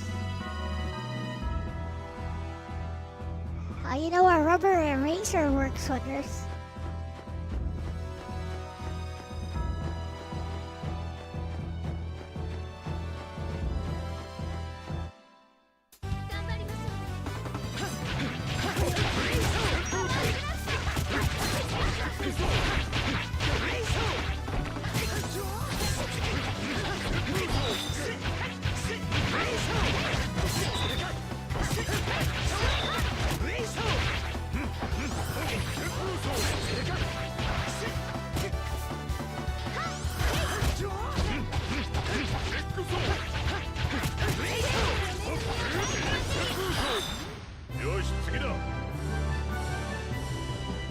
Bad and bootleg quality.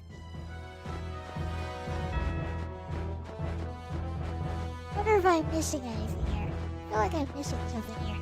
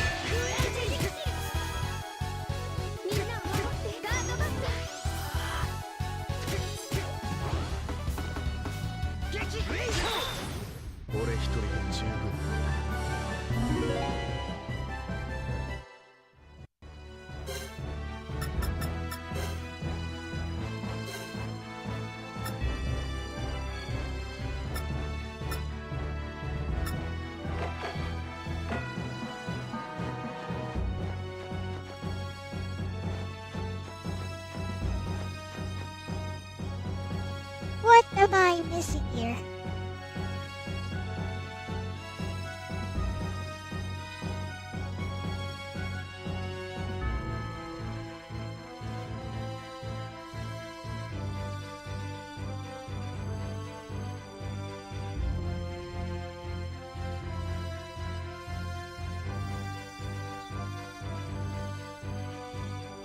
There. I'll be right back.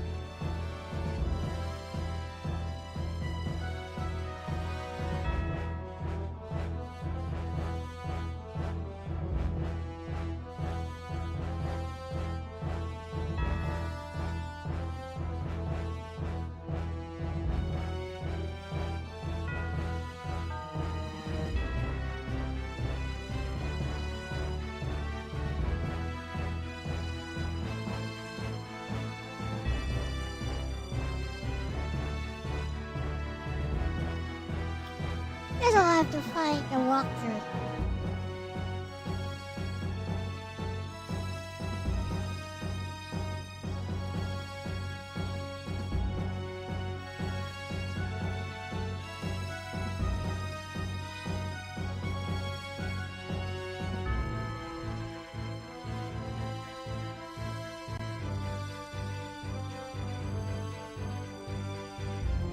Center of the Surubena wasteland.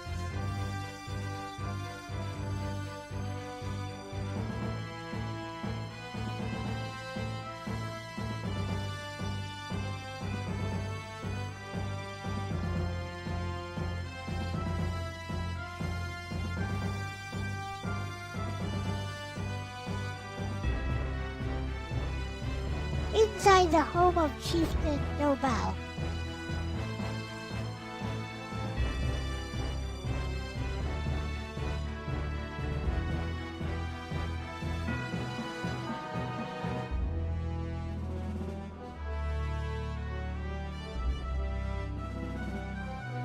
Okay, so I need to go back to Pipista.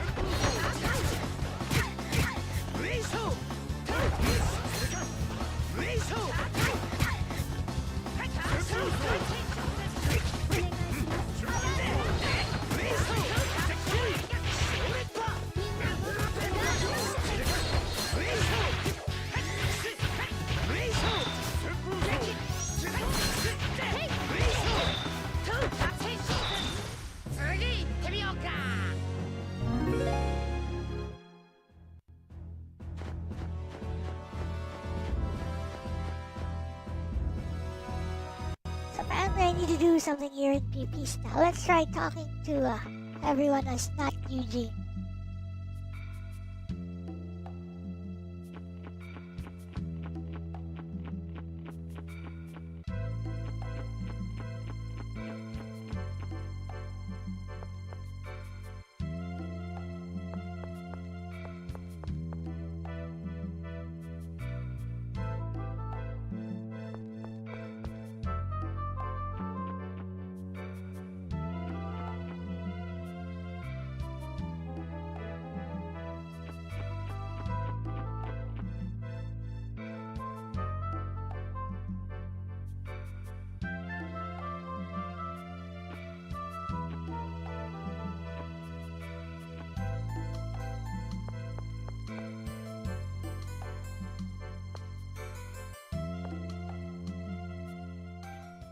This is all I have to do. 何かハックというのを助ける手立てでも考えついたか。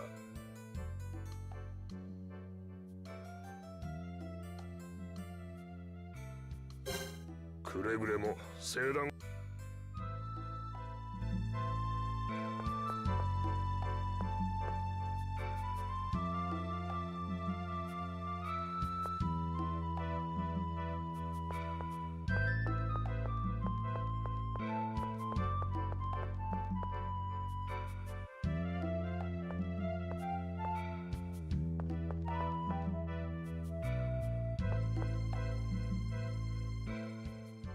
どうした？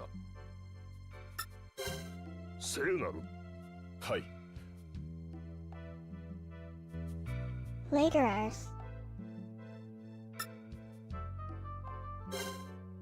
捧げ物はオッケー。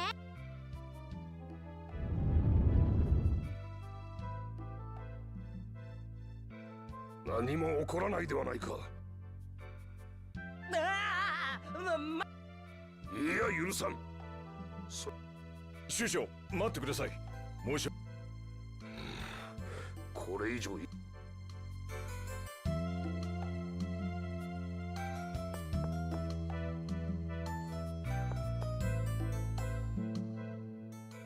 どうし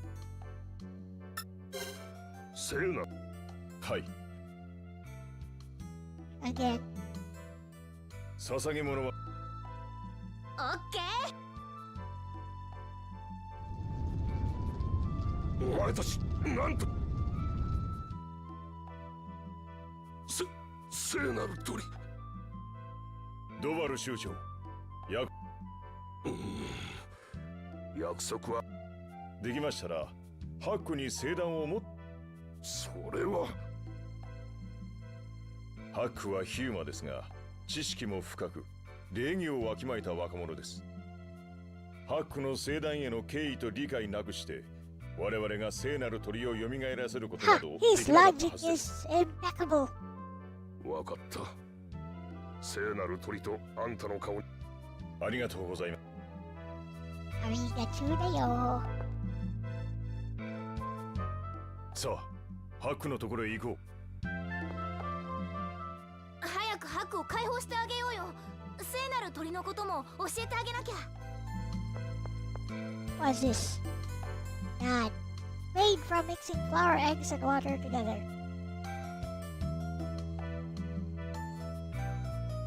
Piece of living pancake, anyways. Or some kind of Indian dish.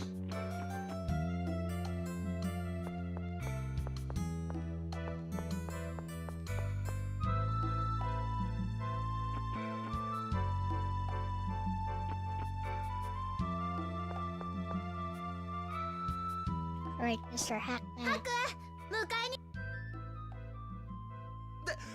出られるの？ドバル首長から聖断の調査の本当に？じゃあ僕は早速。俺たちも行こう。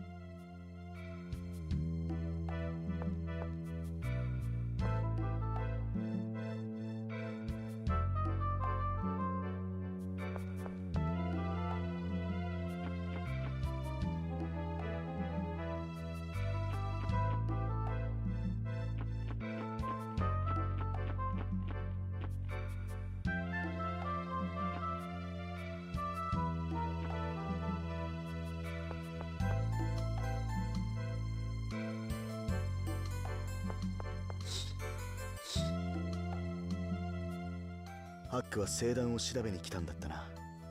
何か知っているかもしれない。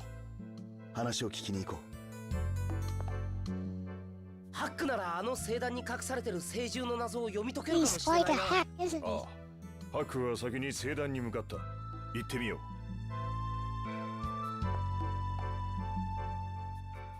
う。何か聖断のことは分かったか？この絵はピピスタの近くに広がるツルベナ荒野に描かれている巨大な地上絵と同じものだよ。そして古代カレギア文字でこう書かれている。それはどういう意味なんだ？さあ、それはならばその地上絵のところへ行って調べるしかないな。ああ、行こう。僕はこの場所の調査を続けるよ。鶴瓶荒野の地上絵を調べよう。鶴瓶荒野はピピッサの西だ。鶴瓶荒野の地上絵を調べに行くぞ。ピピッサからは目と鼻の先だ。Finally?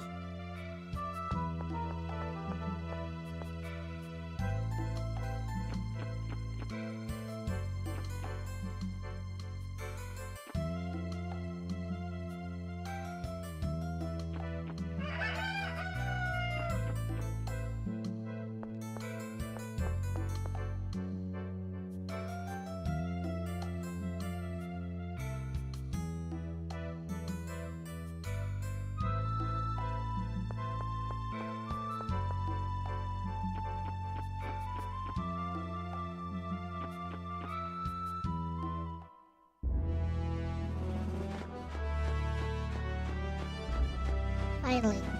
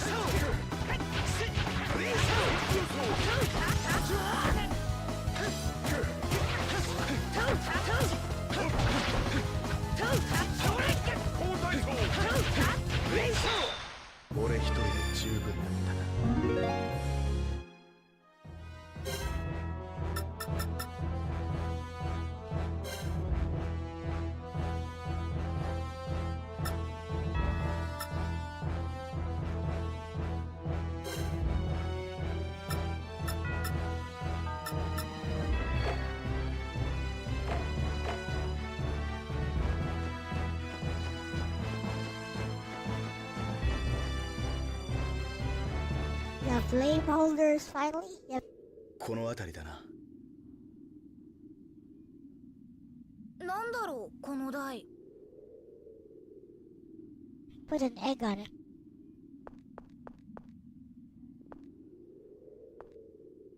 聖火台と眠れる翼の間に何か関係があるのかもしれませんね。火をつけてみませんか？聖火台に火を灯せば何かが起こるとして、どの聖火台なのかしら。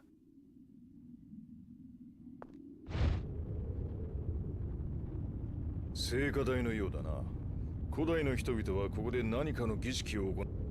だったら同じ儀式をやれば何かがわかるかもしれないね。ああ、聖壇に書かれてた強き心に強き翼を持て。強き心。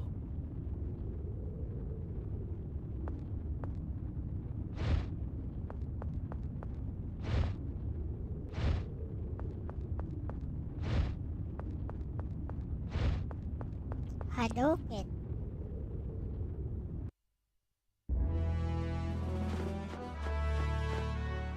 この地上へ本当に聖獣と関係があるのかしら。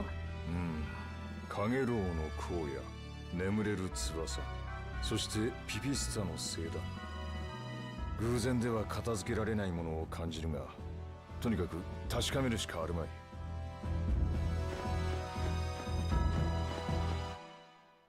邪魔が入ったな。みんなを守って。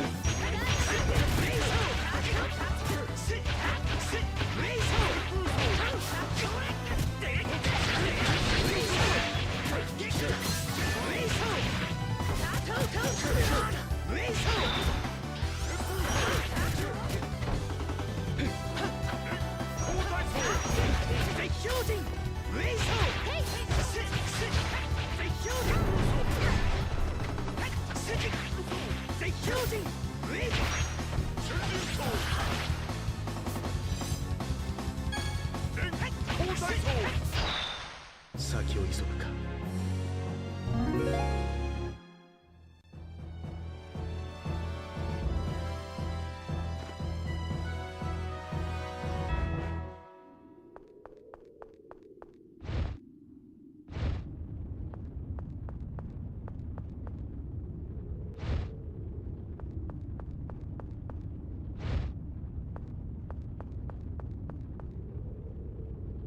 I like all of the flame holders, I guess.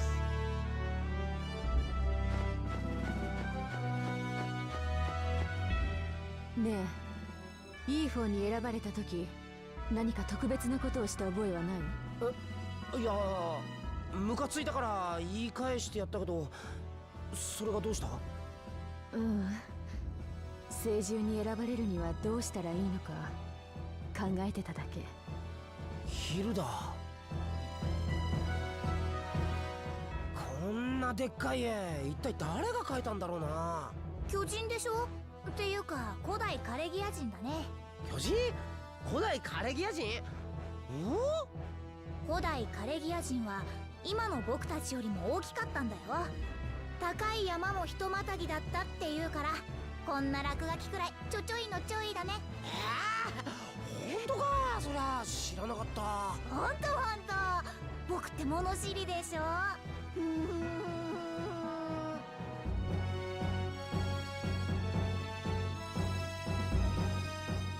なあ兄、この地上絵は巨人が描いたんだってな。何言ってるんですか？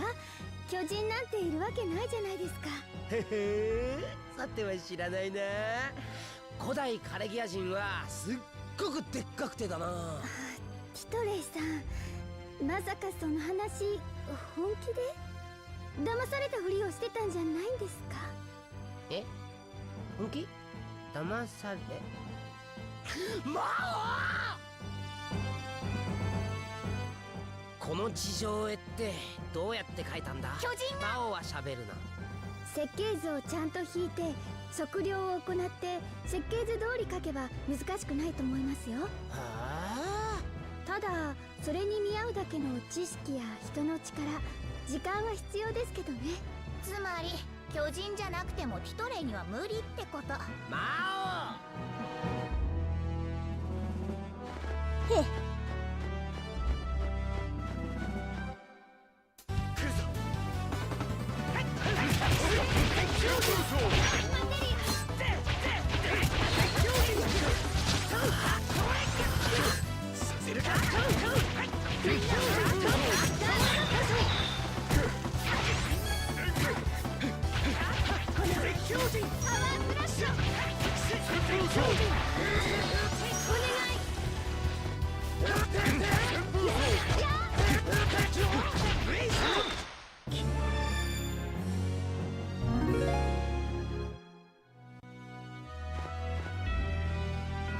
Like all these flame holders.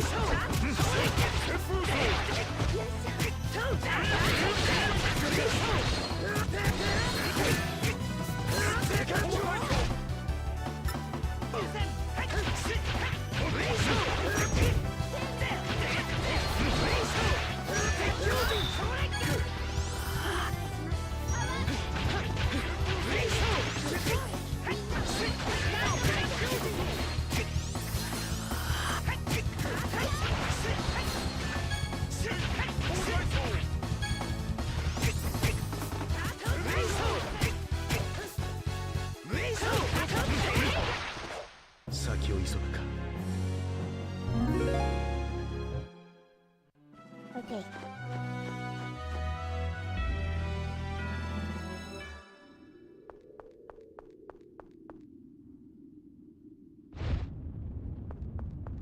This encounter rate sucks.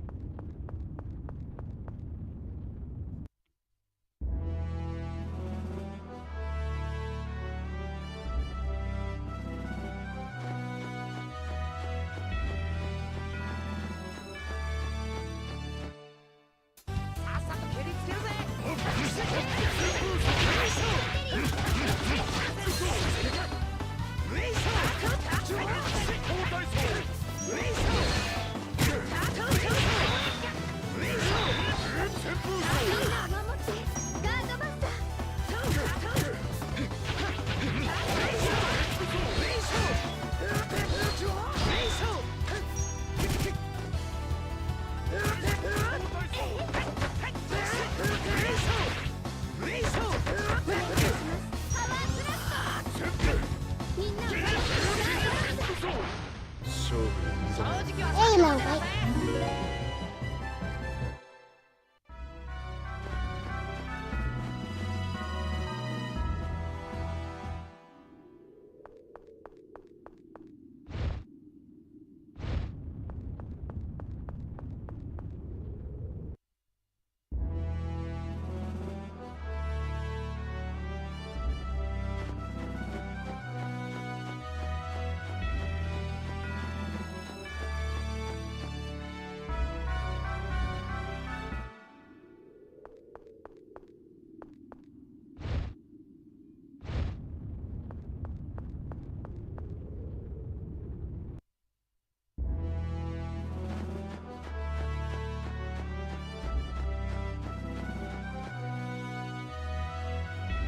Still quite a few more shrines, I guess.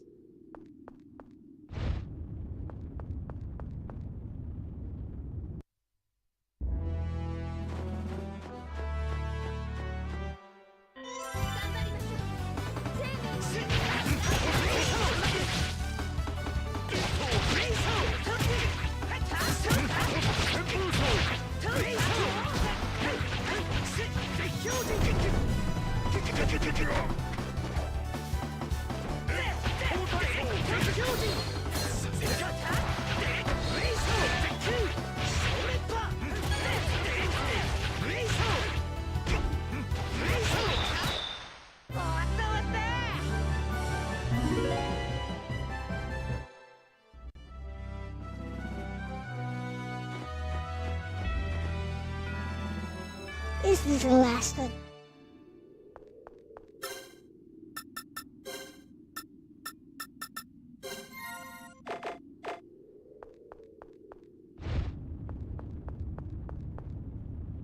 Doesn't seem like it.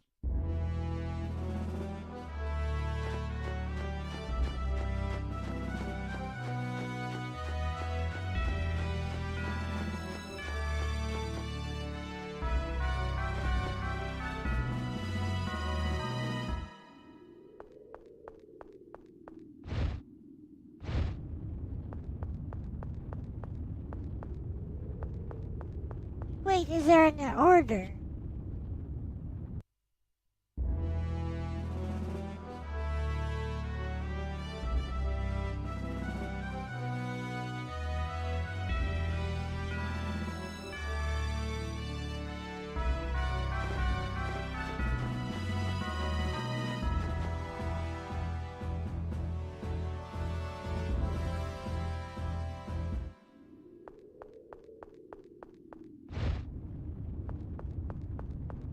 OMG, it's a giant puzzle, isn't it?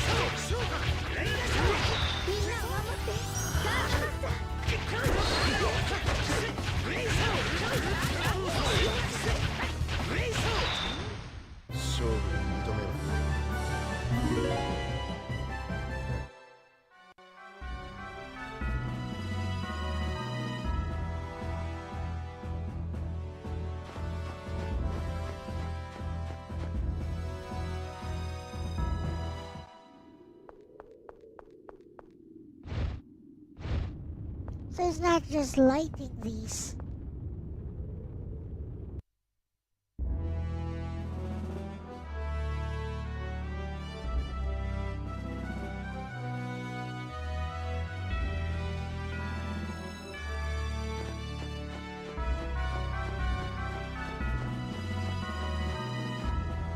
There's a specific order. Oh no.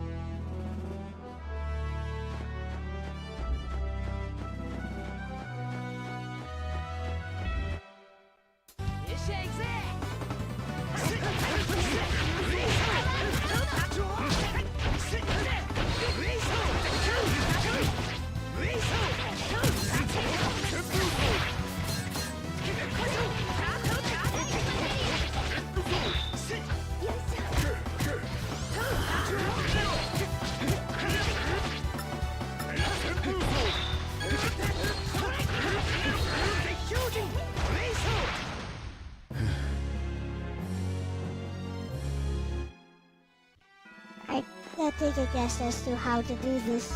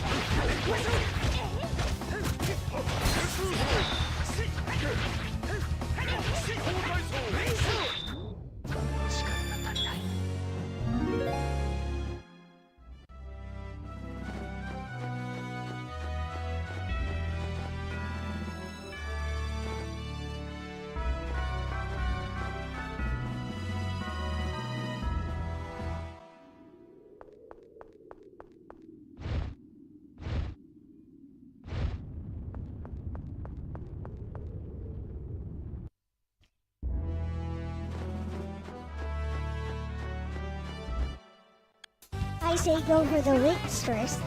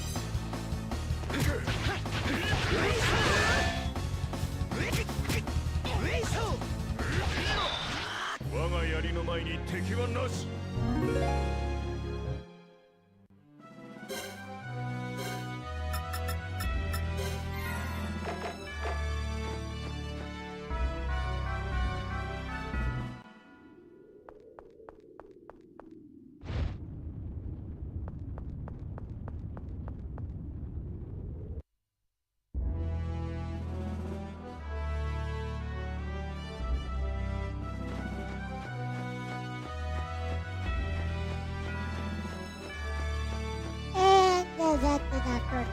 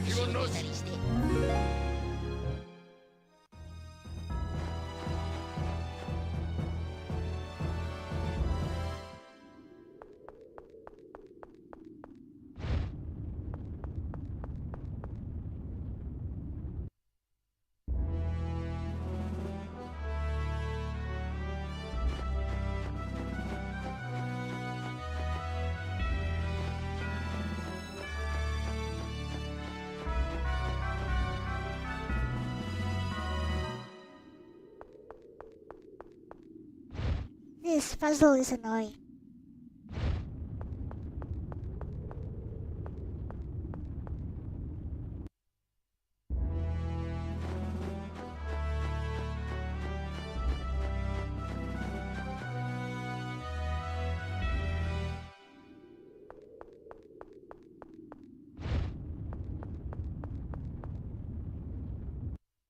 Okay.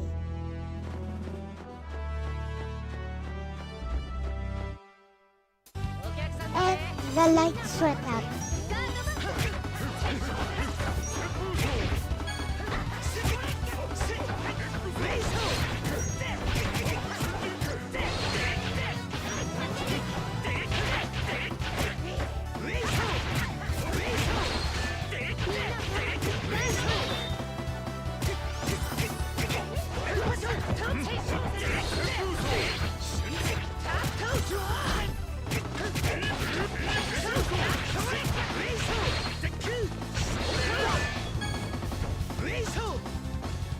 許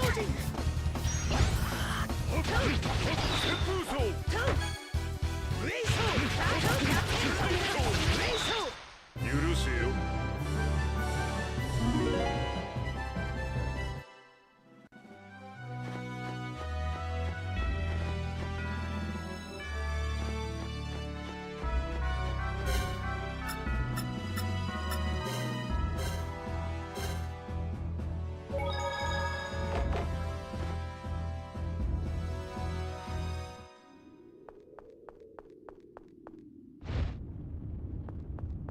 See what happens.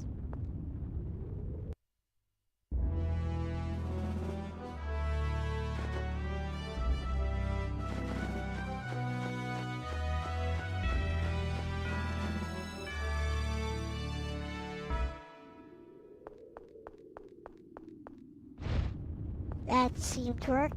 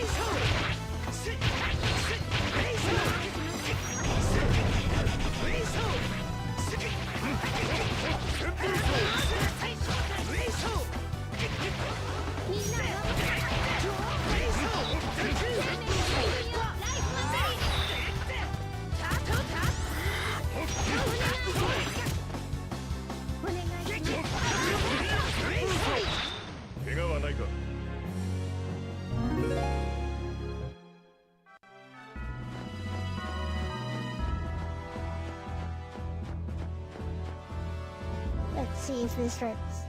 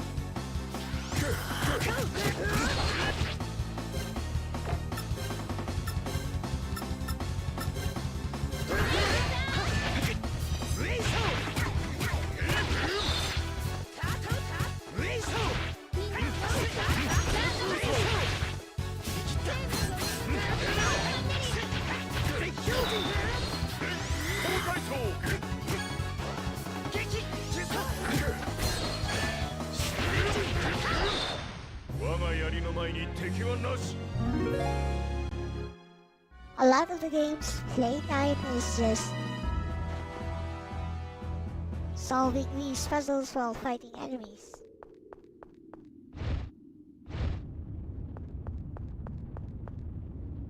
Let's hope that works.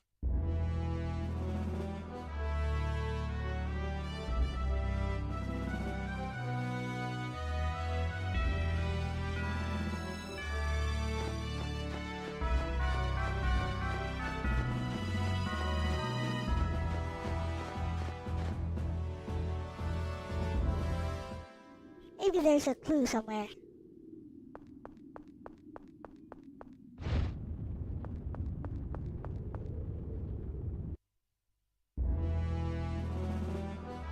BRB.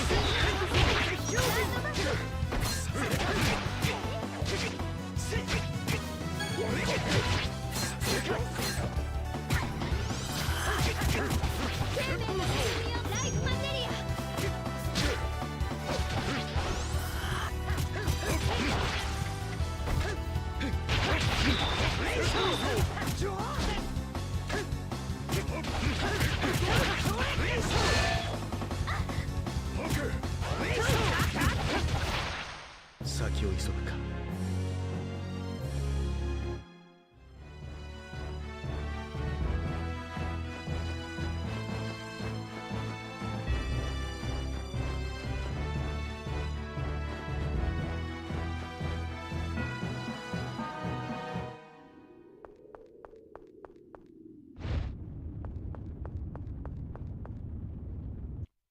Yeah, center.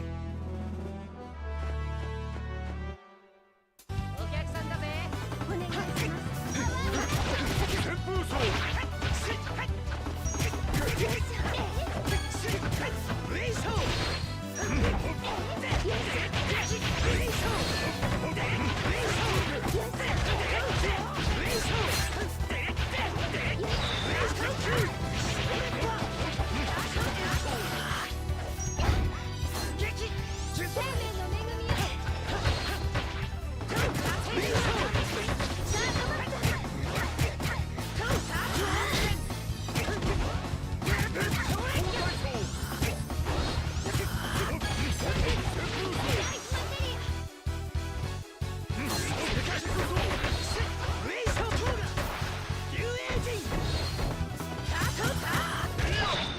許せよ。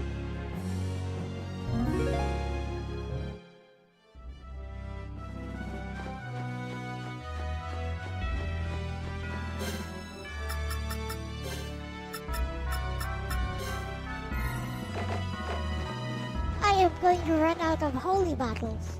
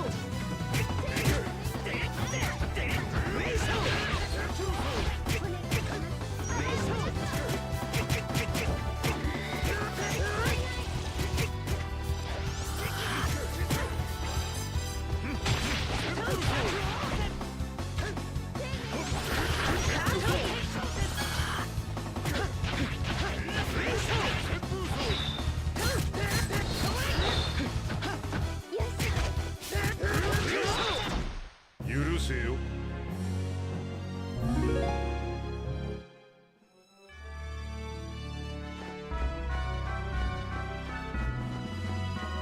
Let's go. This should finally work.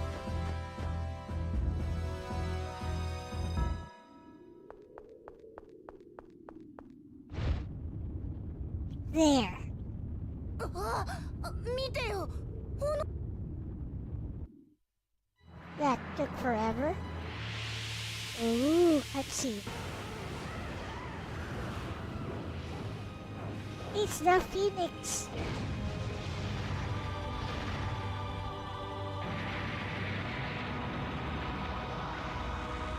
A giant phallic object grows. きっとあの塔がイーフォンの言ってた眠れる翼のあるところだね。塔へ向かおう。あの塔が正解だったらいいんだけどな。行けばわかる。急ごう。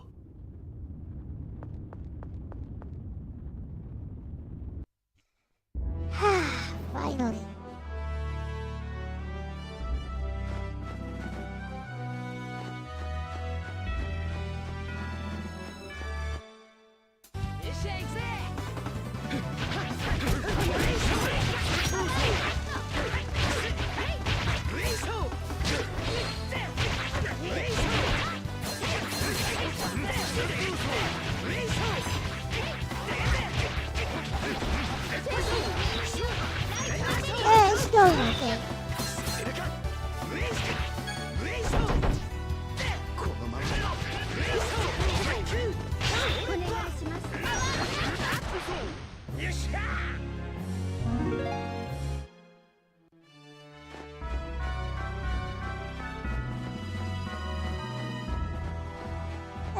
to replenish my supplies.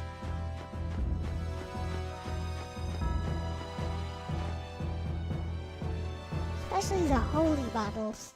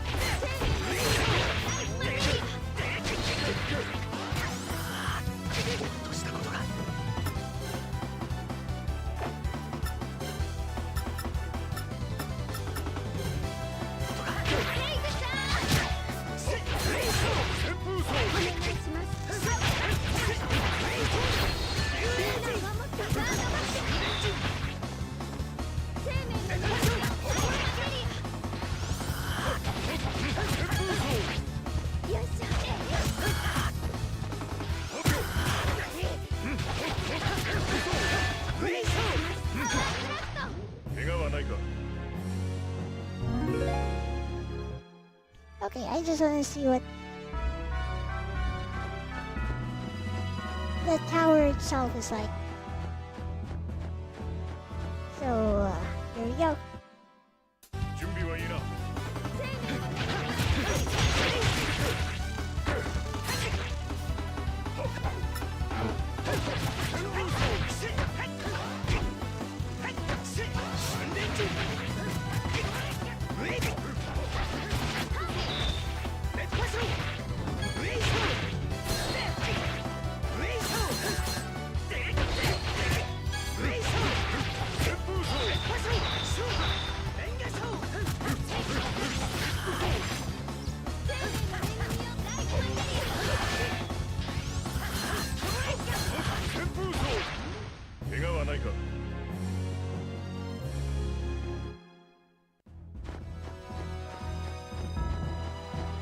Ah, finally.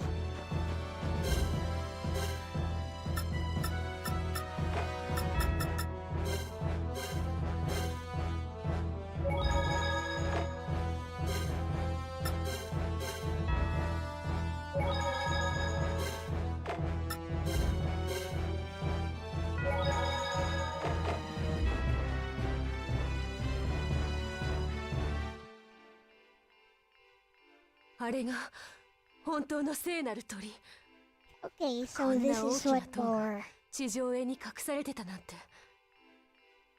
なんだか信じられないぜ。幻じゃないだろうな。長き封印を解き、鳥地の迷宮？知恵なき者は我が力を震えば、あなたたちの知恵を。知恵。本当に。あれ？なんだか。どういうことだ？おいおい、懐かしい。そうだよね。でも。Okay, so this is mouse, which makes sense since his power is fire. とにかく So he gets この塔に defeated. 入るしかない。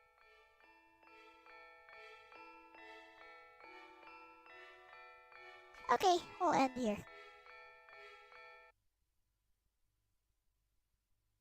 That was fun while it lasted.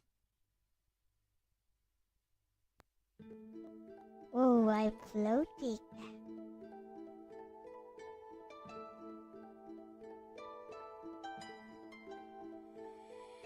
Hey. There. Okay, so I'll be back tomorrow and I'll be working on this visual novel engine thing. Maybe translating the Kurumi visual novel. The Kurumi short story. Kurumi and Nobeta short story into visual novel format. With that said, thank you guys for watching today. This has been Elle-C, this is my bestie Lexus, and we're out of here. Bye-bye! Bye-bye!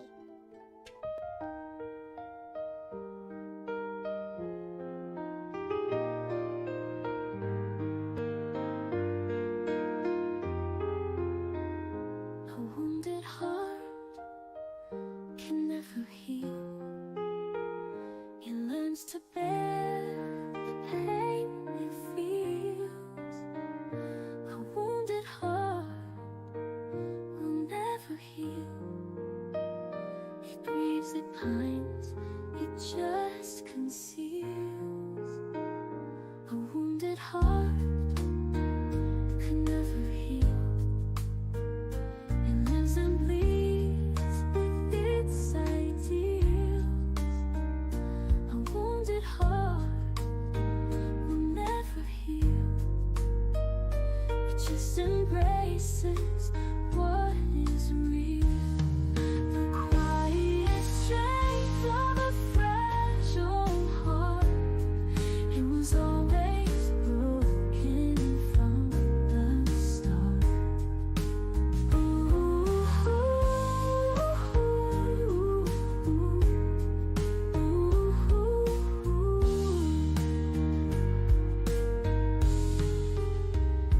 A wounded heart can never heal.